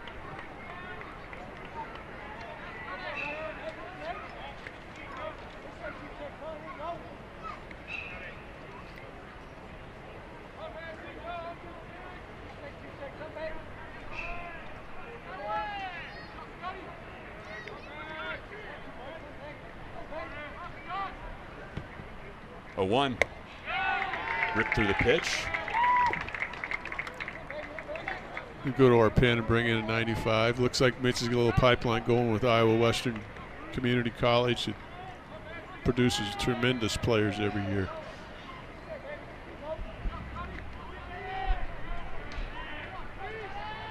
Looking for strikeout number 1. Instead fouled away.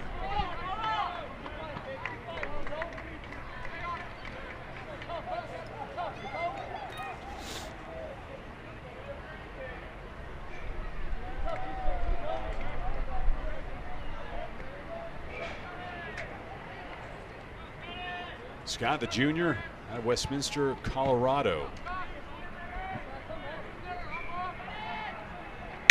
As that one popped up into center. Hayes, the Grambling transfer, will come on to make the catch.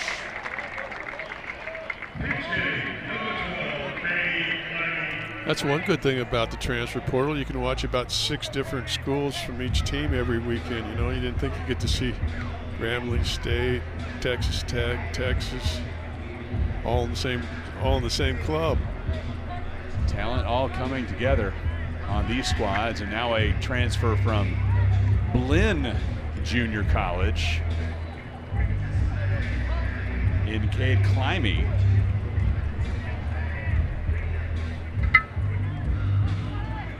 Takes the place of Easton Whitfield, who struck out a couple of times.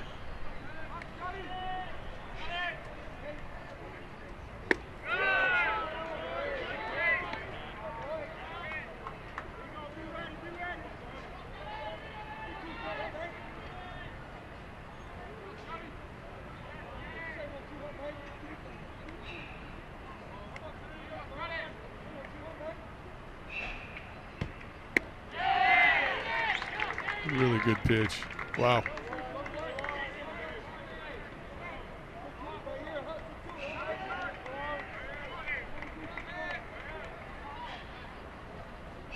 Climbing out of Sugar Land, Texas. Preseason Big 12 newcomer of the year last season. To left center. Haight and Hayes. It's Hayes making the catch. Hayes with a couple of putouts. What a glorious day. Beautiful. The big state of Texas delivered, huh?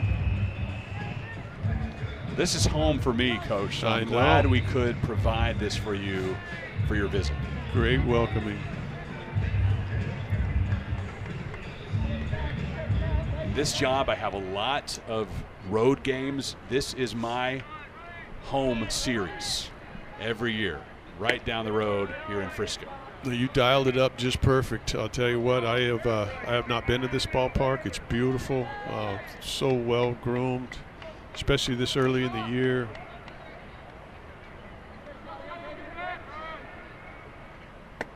Widely recognized as one of the best facilities in all of minor league baseball. Of course, the lazy river out beyond the fence in right is the main attraction, the largest water feature in professional sports. I don't think it's open for business this weekend, though. You can't get tickets to ride around in your tubes down the river just yet. Well, I'll tell you a great story. We're playing in a regional at Dallas Baptist. And Texas was in it, and Augie came up to me and said, "Case, did you ever think you'd see fish in the outfield?" It flooded, and there were fish in the outfield that had flooded up from whatever body of water runs close enough to that ballpark. It was an incredible amount of rain. 2015. The only time that I got to compete against the great Augie. I actually played against him as a player when he was coaching at Fullerton. Okay. And then I got to coach against him there in 2015 when he was at Texas. 1-2, caught the outside corner at 96 from Noah Scott. Beavers have 12 Ks as a team. That's Scott's first. Oregon State with a 2-1 advantage in Texas. We're in Frisco, Texas, the first day of the 10th annual Frisco College Baseball Classic. I'm Chris Mykowski. Pat Casey is alongside at Riders Field. Well, we got everything we wanted from a Dax Whitney start. That was special to see, but his bats finally got going as well. He didn't get that kind of support last week in Round Rock. Yeah, I'll tell you what, both arms were good, right? And we knew Whitney would be good. Sente was fantastic. It's a heck of a ball game. I think that you're going to see a pin from Oregon State here that's going to impress us all. But Houston's doing a heck of a job of hanging in there. 2-1 ball game. Going to come right down to the end. Jackson Baker returns on the bump for the Cougars. He'll face Vasquez, Haight, and Talt. And while a couple of runs is all the Beavers have needed so far, certainly would like to tack on some more here in the final third of this one.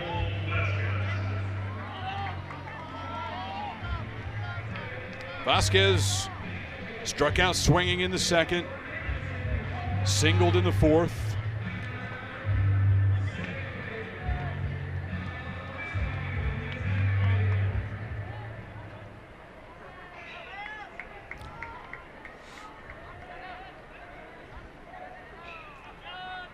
First pitch from Baker. In the seventh, back to the wall. He threw the first pitch in the sixth to the back of the wall. That's his routine. I guess. And then he was pretty good. Real good. Native Texan from Lakeway. Great little golf course community.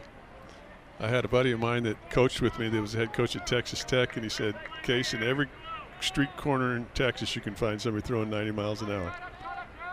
Dan Spencer, great coach. That's at 94, just missing the outside edge. 3-0 count to Vasquez. You know, we're not shocked in college baseball anymore to see people coming in and going 94, 95. It's incredible how velos jumped. Routines have got so much better. Training. And you mentioned the belief in this young man as they put him in the ball game here. Got roughed up last weekend against the Vaqueros, but a really strong sixth against Oregon State. Comes back out and continues to throw heat. Watches that one go into right field, though. Yeah, I'm assuming that Coach Gardner's got confidence in him. There's a purpose behind what they're doing. You know, these tournaments are hard. You got to gauge. You got to have 3 games. You got to know your arms. You got to kind of calculate as well. I'm sure they came into this thing looking at Dax Whitney. See, that's going to be a real challenge for us. So probably a lot of strategy goes involved with who they're throwing. Here's Haight. Couple of singles for him in the 3rd and the 4th. He likes the ball in, that's for sure. Showing bunt and pushing it to the right side. Baker will field his position. Vasquez advances to second.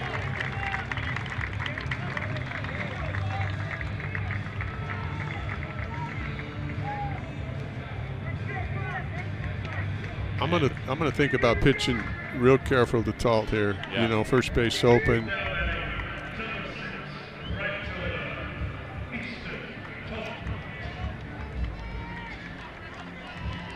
Looks like they're going to come in and match up here, left on left. Probably a real good decision. This guy gave them what they wanted. Cougars are sending a man down the stairs from their bullpen along the right field line. We'll introduce you to the new pitcher in just a moment. You're watching the Frisco College Baseball Classic exclusively on D1 Baseball.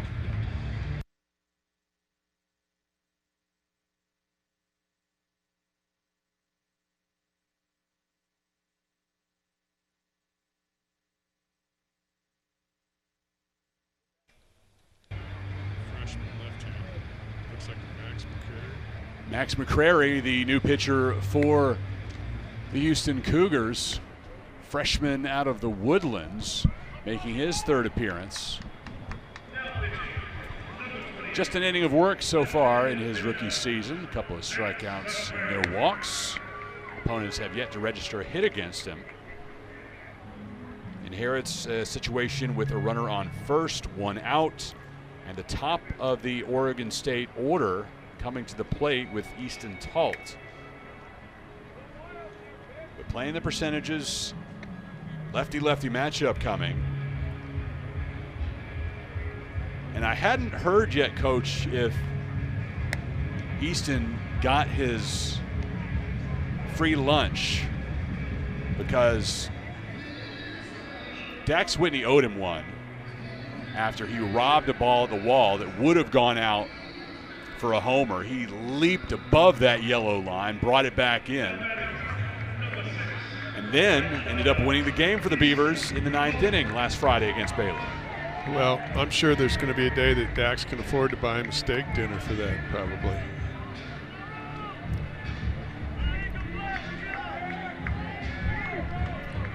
Somebody in the post-game press conference joked that, yeah, you owe Easton a meal, and said, I owe much more than that. He saved him several times. Kind of expects Easton to rob a home run now when it's anywhere near the wall. Easton's just like I said earlier, he's just a fun kid. He really likes the game, plays with energy, loves loves where he's at. Could have left like almost every player in every program.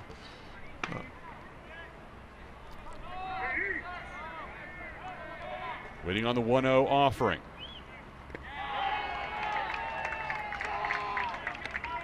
Missing down from McCrary.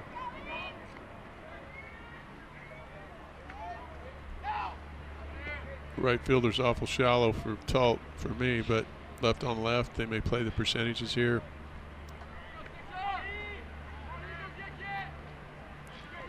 You mentioned the steak dinner. So on a lot of these player bios on the team websites, you get a little bit get to know you type questions. And for Max McCrary, he was asked if he could eat one food for the rest of his life, what would it be? And kind of an odd answer. You would expect, as he issues a walk to Talt, you'd expect steak, burgers, pizza, something like that from these kids, right? He said rice. Wow. And he's from Texas?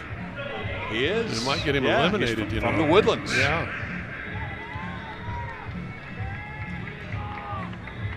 McCrary may be done after just one hitter. I think that they did what we thought they would do. They pitched around Easton. Now it looks like they go to a right-hander to match up here. Richie Roman making his way in from the right field bullpen. We'll tell you more about him in just a moment. This is the Frisco College Baseball Classic on D1Baseball.com. Here's Richie Roman, the new pitcher for Houston, the junior out of Corpus Christi, making his third appearance of the year. Lengthy outing last time. 4 innings against UT Rio Grande Valley last Saturday, giving up 1 earned run, 2 runs in total on 3 hits. Struck out 4 and walked 1 Vaquero.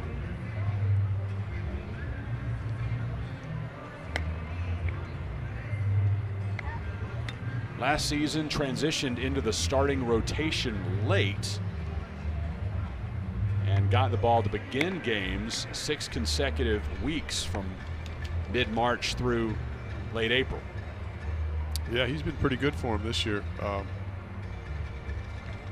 I don't know. I think if you can bring your lefty in to throw around him, maybe you do that with this guy and save your lefty for another spot later in the game if that opportunity rises. But I don't know their bullpen as well as he does. He's probably got another lefty down there he'd used before him.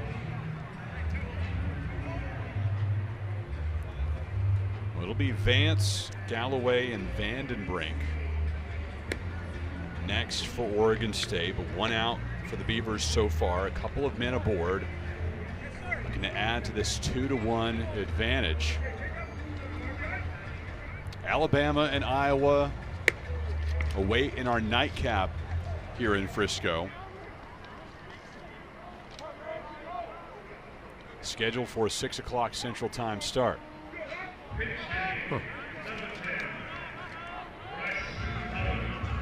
I do see some Crimson Tide players hanging out in right field just above the Cougar bullpen, and some Hawkeyes already over down the left field line above the Oregon State pitchers.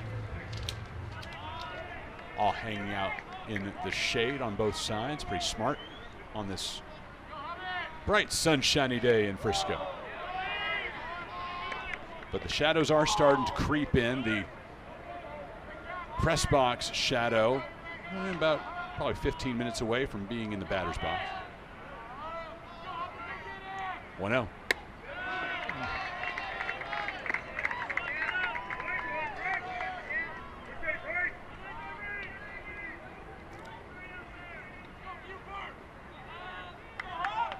Vance singled back in the first.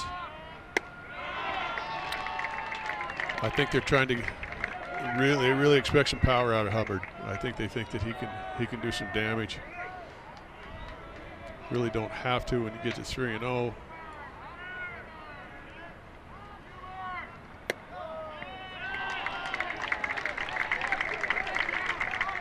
Hubbard pinch hitting for Vance, gets a free pass.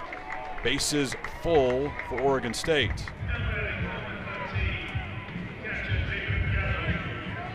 We do have the most veteran bat boy in America with Steve Crothers. Steve's been doing that for about, gosh, I don't know, long time. 15 years.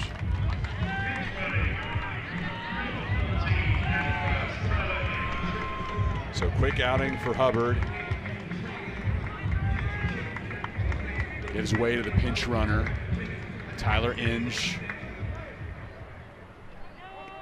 Tyler Inge, Michigan transfer, huh?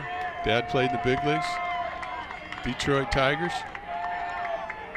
Got to be Wolverine, now part of this Beaver ball club.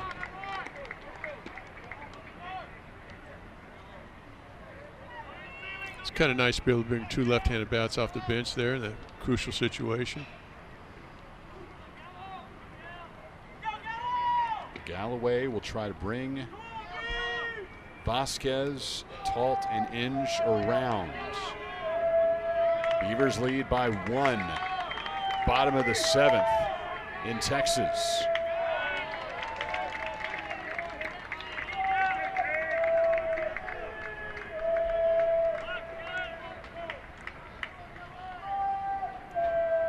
Galloway, the veteran, the grinder, looking for a big knock here.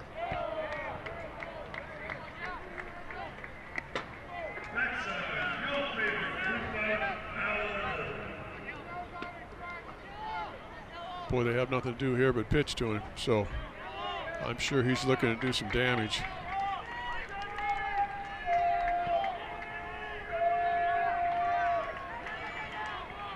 One, two.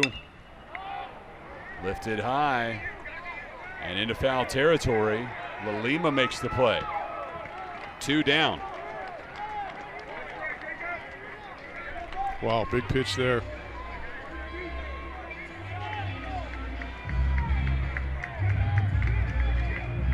Got him to swing at the high fastball, and all he could muster was a pop out.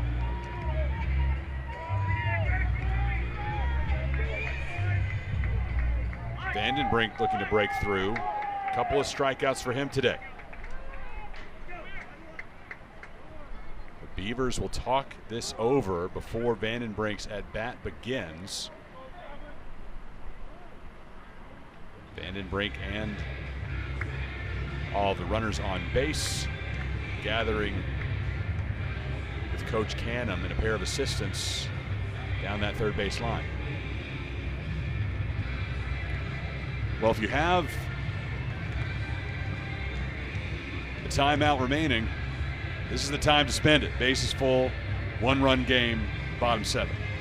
Yeah, I think they're trying to break his rhythm a little bit, maybe just slow him down a little bit. He was 2-0 there, came back, made a big pitch. Big situation for Oregon State.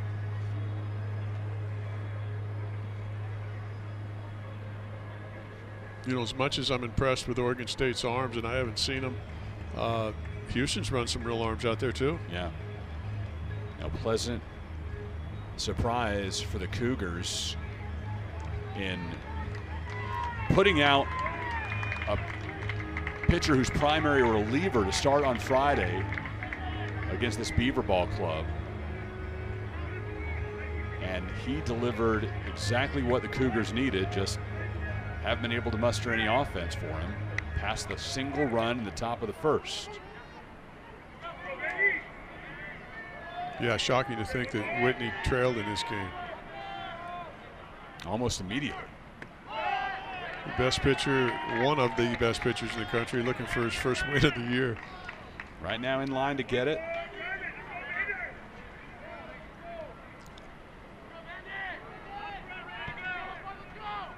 Vandenbrink playing his 4th game of the season.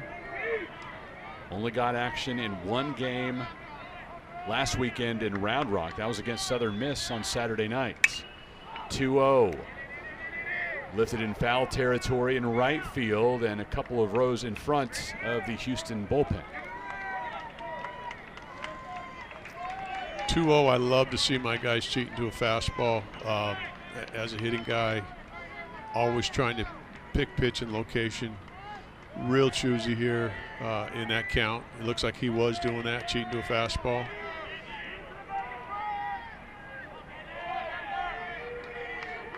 Two-one. Wow. Swung through it. Breaking pitch at 83. I'll tell you, Chris, that is a really, really good pitch in that count. If he can duplicate that,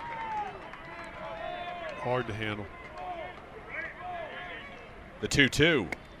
Got him swinging. Cougars get out of a jam as Richie Roman comes through in the clutch.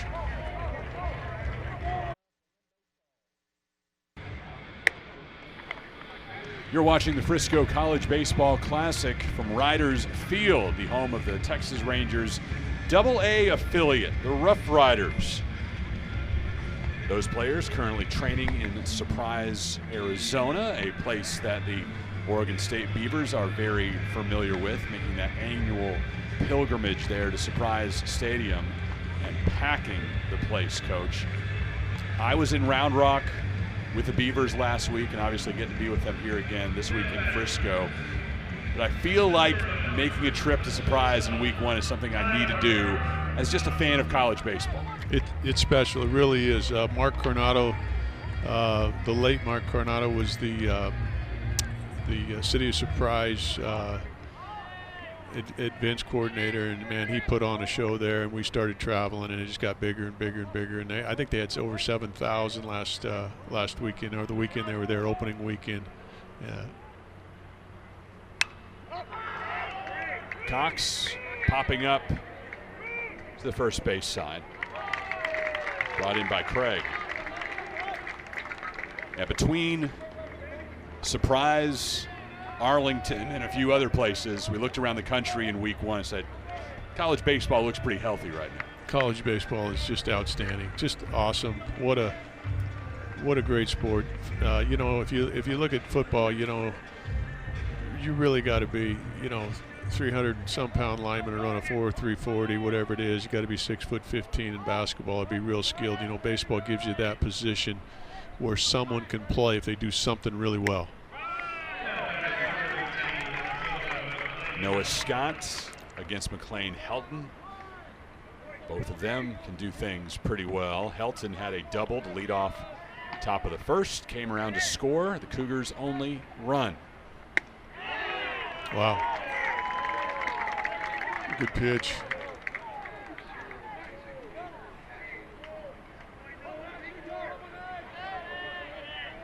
Scott came in to begin the seventh, taking the place of Dax Whitney.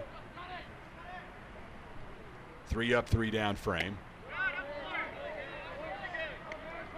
Whitney ending his day after 6 innings with 1 run allowed on 3 hits, 11 strikeouts, and 2 walks. He threw 90 pitches. 1-2. Through the left side of the infield. Helton's second hit of the day. Yeah, Whitney definitely lived up to the billing. There's no question about it. But it's been a great baseball game. Both clubs have played well. The arms on both sides have come in. Even the relievers have been, you know, Houston's got out of, what, 2 times the bases loaded once they turned to double play. Then a punch out there. Oregon State scored on in an inning, of which if Houston executes the rundown, they're probably out of the inning. Well, they are out of the inning because there's 2 outs, so it's been a heck of a ball game. Houston will take timeout here before Perez steps to the plate. Helton at first with 1 out.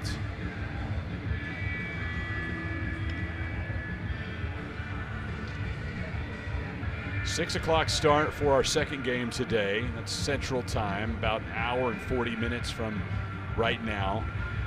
Alabama coming in limping a bit after Southern Miss handled them in midweek. They'll face Iowa. And the Hawkeyes hanging out right now above the Oregon State bullpen down the left field line. That program's got a lot better in the last couple of years, hasn't it? Man, they've had some arms there. And the Big Ten's just got nothing but better and better when you start putting USC, UCLA in there. Man. Iowa has become frequent visitors to these peak events tournaments, as have all 4 teams in these fields. I think all the coaches had great experiences the first time around and called up Ryan Holloway and Nathan Woldridge and said, all right, how soon can we get back again? I think you're right about that. I know Mitch raves about it, and being here for the first time, I know why. Oregon State, the only program this year with multiple peak events tournament appearances, as they were in Round Rock a week ago, and now Frisco. Ooh. Nearly had Helton. Got in by the tip of that mitt. Absolutely cannot get picked in this situation. Trailing by 1 in the top of the 8th. Houston running out of chances. Runner is going nearly through the middle. Singer making a great play. Couldn't quite extend that foot to double off Helton, but he does get Perez. I think that ball's up the middle if he's not running there. I don't know if the shortstop will get to that ball. That's a heck of a play by Singer. He come clear across the bag, and like you said, didn't have time to tag the bag, went across the diamond. Gold Glove winner, you know. Not surprising he makes that kind of play. Another guy from Iowa Western Community College back there. They do a great job. Here's Savateri, the Texas Tech transfer. Local product from here in Dallas-Fort Worth. Went to Rowlett High School. Lifts this to left. Hates under it. Houston leaves Helton stranded at second base. Cougars remain down by 1. Midway through 8 at Riders Field. Beavers 2, Cougars 1.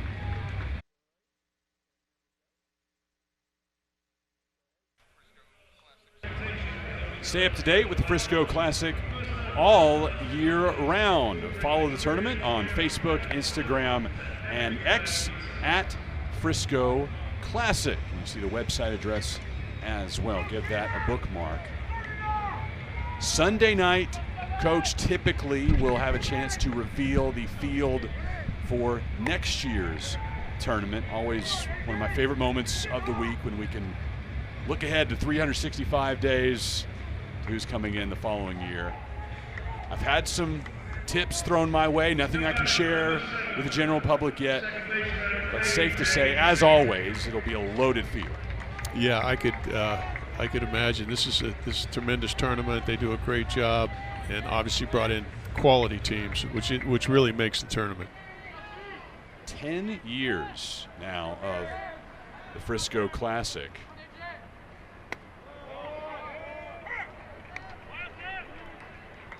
Last year it was LSU capturing the title, celebrating by jumping into that lazy river beyond the right field wall. The Singer tries to lay down a bunt. Since the beginning of this tournament, Coach, and I've been part of all 10, I'd hoped that would be the celebration, jumping in to the pool. Yeah, they do. Some years it's too cold, I get it. But last year we had weather like this, it was perfect, and the Tigers decided we're going to get wet. Strikeout of Singer by Roman. Well, they do that in some golf tournament. I can't remember which was on the ladies' tour, and I think it's in Arizona, and the winner jumps into the water. So I can't imagine 35 guys jumping into the water, but I'd like to see it. Some great video if you can find the archives on the LSU social media feed. A really fun day. I was up here with Big Ben McDonald on the call of that game. Big Ben. He does a fantastic job both for ESPN and the Baltimore Orioles when he does that. Yeah, and we're thrilled to have him as part of our D1 baseball family here in these early season tournaments as well. He was with Lynn Rollins last weekend here on D1 baseball for the Dax Classic, which Jay Johnson's team won. I love hearing Ben talk about he went to LSU to play basketball. Yeah. And then he makes fun of himself, says, you know, just because I'm tall doesn't mean I can play. He could pitch a little bit. He could pitch just a whole bunch. We had a ton of fun last year. Tigers rolling to a championship, beating Kansas State, Nebraska, and Sam Houston in the process. Jay Johnson, one of many head coaches who is a peak events advocate, and he'll bring his Tigers to one of these tournaments as often as he can, just like he did with his Arizona Wildcats before that. 3-1. Now 3-2 to Hayes. Well, I'll tell you, Nebraska, my first year in the World Series as a coach, they were in it, and DVH was there. He was at Nebraska at the time, and what a club they had. John Chamberlain was on that club. Alex Gordon. Got Hayes on a 95-mile-per-hour heater in the top of the zone. 2 straight strikeouts for Roman here in the 8th after he had a strikeout to end the 7th. You know, the Oregon State, if they can get a couple hitters going with that pitching, you know, they're going to be tough to handle.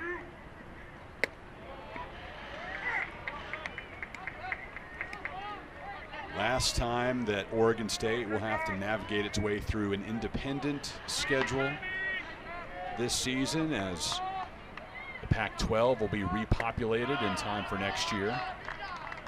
And they'll have a couple of Texas-based conference foes with Dallas Baptist and Texas State, as Houston will call for the trainer here after the latest pitch by Roman. Yeah, he looked like he hurt himself. Can't lose that arm this early in the year.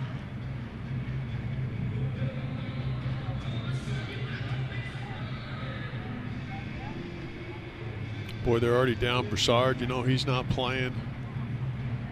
Take a look at the last pitch here, Coach, and see if anything sticks out. Just immediately. Yeah, he does. Immediately Call for the dugout, rather.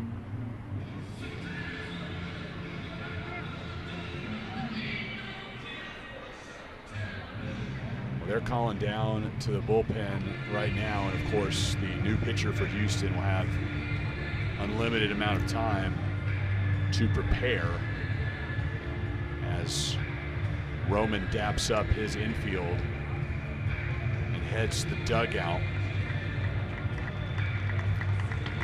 We'll talk to Coach Todd Whitting post-game and get the latest on Roman, bring that to you tomorrow.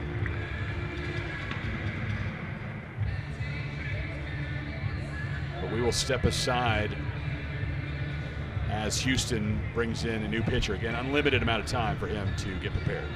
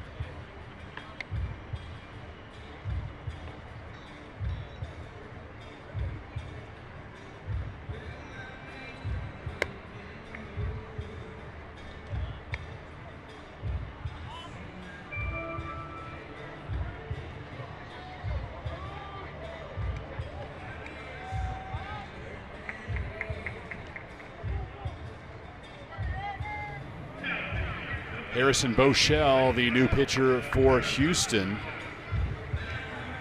taking the bump after Roman suffered an injury. Boschel had taken all the time that he needed, now indicates he is ready to rock.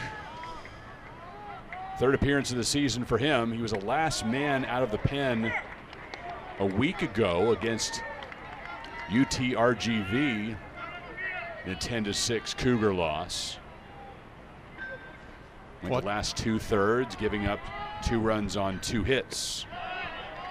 Watching him warm up, he appears to be a guy that wants to throw you a lot of breaking balls, so which means he probably doesn't have much on his fastball, but it looks like he spins it. 2-2 count to Craig.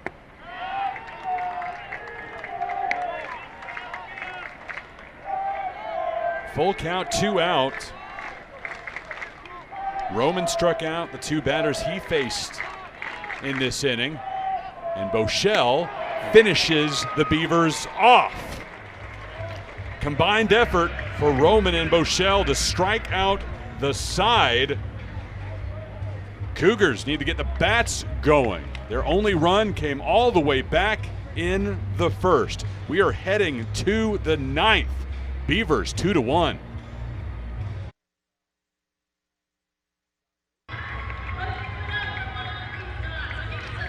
Fun and games here in a minor league ballpark. We get some of the minor league hijinks as well. The latest being a dot race down the left field line. And that, Coach, part of a VIP experience for a couple of those kids who came up and visited us in the 6th inning. Their family won a silent auction at the Sandlot Children's Charity event down at Globe Life Field last summer, and getting to cash in. Part of that prize was to spend an inning in the booth. I don't know why they would want to do that, but it's nice to think that people want to hang out with us. Well, they've listened to you before. They want to come up and sit with a superstar. I remember them both, Christian and Henry, and they were going to go down and run the race, and good for them, man. What a great cause. They got a chance to spend part of pregame down on the field with these 2 teams. They asked me if they could get autographs before the game. I was like, no, these guys are locked in. Wait for post-game. So as soon as this one's over, they're going to be pulling out the pens with the Cougars and the Beavers. Funny, I had a guy waiting for me here at the stadium when I walked in. And he said, hey, can I have your autograph? And I looked at him. I said, do you know who I am? He said, I know exactly who you are. And I went over there, and he had a baseball that was signed by 13 coaches that had won a national championship.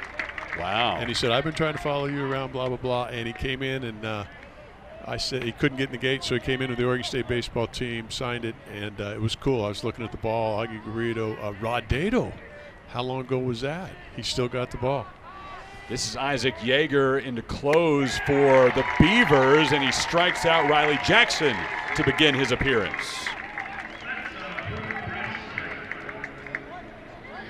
Transfer from Washington, making his 5th appearance of the season. Saw him twice last weekend at the Round Rock Classic, going a 1/3 of an inning against Baylor and then a full inning against Purdue. Earned the win in that Baylor game as the Beavers scored 2 late thanks to Easton Talt's 2 RBI in the 9th. Now he faces Blake Fields. He's flipping that, going from the Huskies to the Beavers. 0-1 in the dirt. I can remember. Yeah, it used to be that would be something that wouldn't think of transferring between Pac-12 rivals. Exactly. And now Huskies are in the Big Ten. You can transfer interconference anyway. It doesn't matter. Yes, every time I think of UW, I think of Tim Lincecum, because that was a real arm coming at you, and about 160 pounds at the time. Fantastic breaking ball, electric fastball, competitive, beyond competitive. Used to hook up with a guy we had named Dallas Buck, and Dallas he was real competitive as well. Great games with those guys. Yeah, you're right. You never hear of that. It's part of what they do now, part of what everybody does. 3-1 with one out. Missing in. Fields is aboard. Potential game-tying run on the base paths for the Cougars. Probably got a pinch run here, I would imagine. I don't know what kind of runner he is, but Fields has some speed, Coach. All right. A couple of stolen bases this season. All right. You did your homework better than I did. I saw him hit the ball in the gap there earlier and didn't know he's that kind of runner. What do you do here? You got an offensive meeting. We need a ball in the gap, please. How about that? Well, Dylan Maxey will be the one tasked with that. And he is 0 for 3 on the day, but he'll be lifted now as we see Karsten Sabathia pick up a bat for the Cougars. The senior transfer from Georgia Tech. Danny Hall's got a club out there this year, doesn't he? Wow. Georgia Tech. You may have heard of this kid's dad. CC spent 19 seasons in the MLB. 3 different teams. And now, young Sabathia looking to make his way in the world with the Cougars. Yeah, they just announced they're gonna retire CC's jersey there with the legends. Yankee Stadium. See him in Monument Park soon.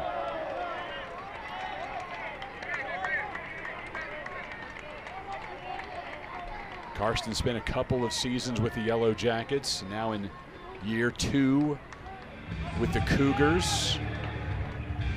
Opening day starter as he joined this squad last year, but so far this season making only his 3rd appearance and his 3rd plate appearance overall.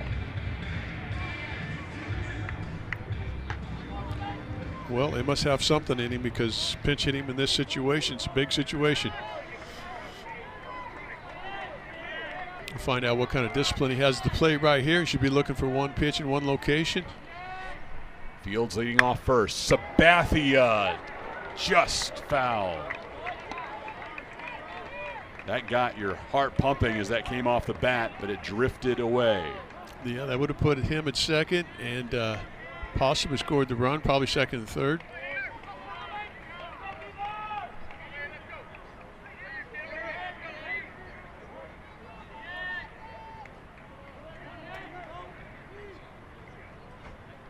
Two-one coming to Sabathia. Into right. That'll fall in front of Talt. Houston has a pair on. Sabathia representing the go-ahead run. Good piece of hitting there. Stayed with it, took it the other way.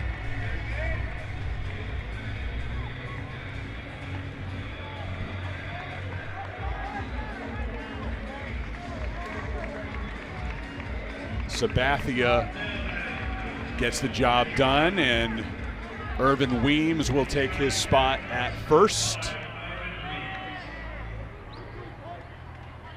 Fields at second, Weems at first. And this will be Climby at the plate.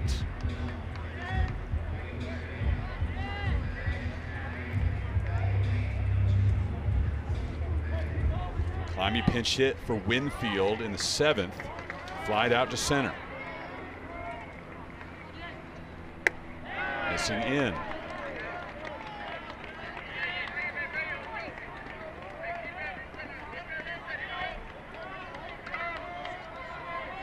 Yeager on the bump for Oregon State. First team All Big Ten a year ago for Washington. Little off-speed pitch out over the plate. Good 1-0 pitch.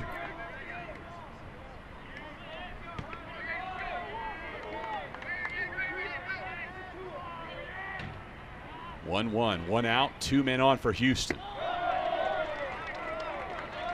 Missing low. Those shadows are going to come into play here in just a real short period of time if they already haven't. Press box shadow is on top of the plate, extending about a third of their way towards the mound. Breaking stuff that Climby can't hit. Those are hard to hit. They're even harder to hit when they're off the plate. Tough 3/4 arm bender. The 2-2. Missing in. What do you got for me here? You think they're going to start the runners? I don't think so. I think you're right. I don't think they will. Not a very big lead. Second base was playing him somewhere where we can't really get too much. Potential liner into a double play. Don't want to risk that either.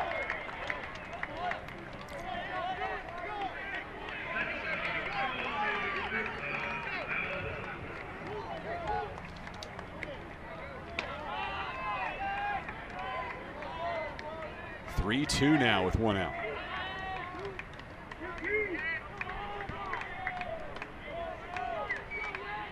Yeager coming home to Climby. Nearly hit him, but it is ball 4. Bases loaded for Houston. And La Lima due to the plate. 0 for 3 today, but on the season to this point, a very hot start. 4 runs batted in, a couple of homers.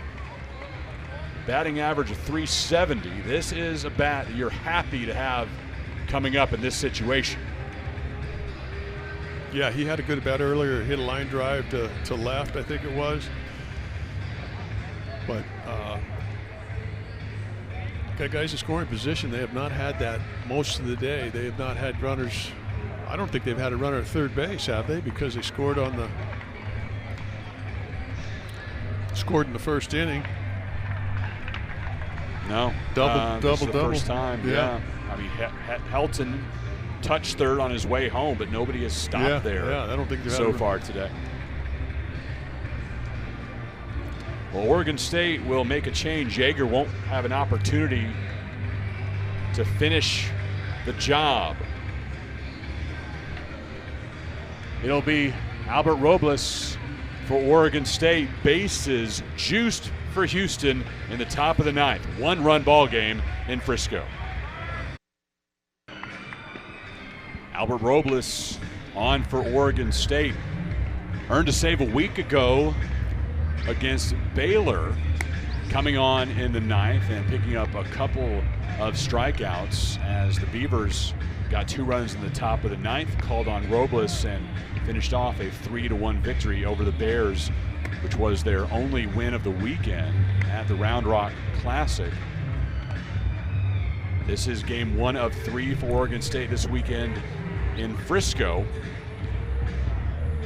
And the Cougars have loaded the bases on them in the top of the 9th. Frame started with a strikeout of Riley Jackson. Then Blake Fields walked. He now stands at third. Sabathia singled. He was pitch run for by Weems, who's now at second. And Climby walked. He is at first. Jackson Lima to hit for Houston. 0 for 3.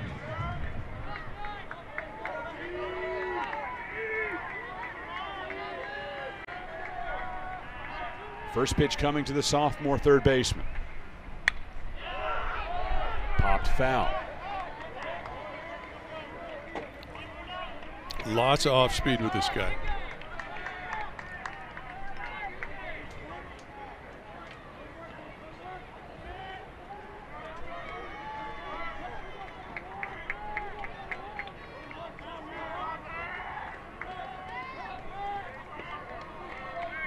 La Lima coming through in the clutch a couple of times already this season. Another huge opportunity here. Missing inside. La Lima big in Houston's final win in a 4-game trip to Puerto Rico, beating Washington. And then another clutch knock against UTRGV last week. 2-1 the count against him.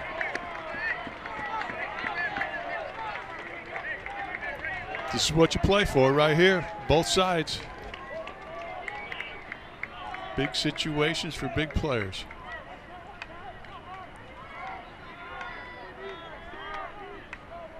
Two-one count, 1 out, bases full of Cougars.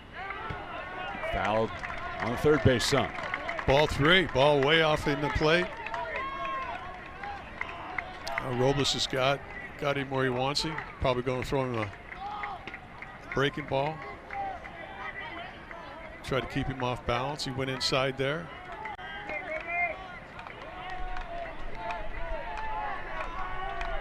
Two pitch coming from Robles. Lifted, will stay in the infield. Vasquez makes the play, 2 outs. Good pitch, 91 on the hands.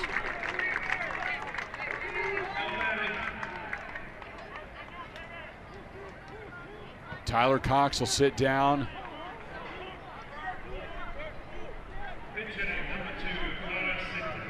As Carter Sintek gets the call with 2 out and the bases full.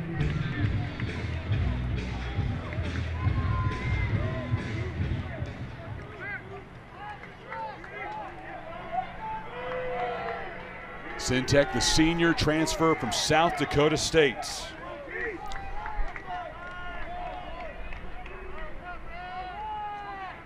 First pitch from Robles. Down the middle at 90.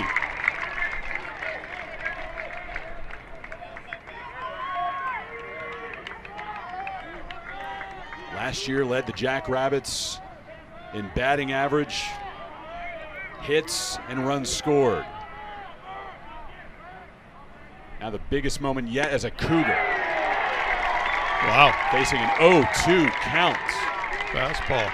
You got that funky arm angle real high. Probably hard to see, hard to pick up.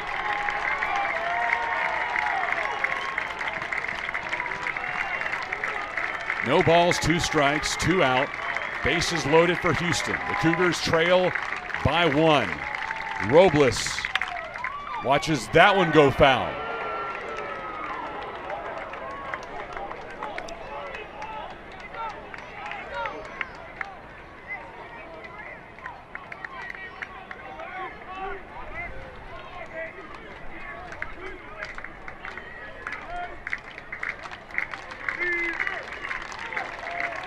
That's the way it should be, isn't it? Right here, right to the end. Big time crowd, big time game. A classic to begin year 10 in Frisco. 0-2. And that's Got it. him swinging. Wow. Robles with the bases full of Houston Cougars. Blows it past Sintek. Beavers win. Big time pitch there. Man, good pitch. Came in with the bases loaded. Pitched 2 guys. Good win for Oregon State. Albert Robles comes on to earn the save, and the Beavers start their trip to Frisco with a victory over the Houston Cougars. Now our play of the game here on the Frisco Classic, presented by University of Alabama Online, and it's the go-ahead run-scoring single for Oregon State as Adam Haight delivers to score Jacob Craig. That came in the 4th inning. That was the end of our scoring today. Our player of the game is Dax Whitney, last week's tournament MVP in Round Rock, in the same stellar form today in Frisco. 6 innings pitched, 11 strikeouts.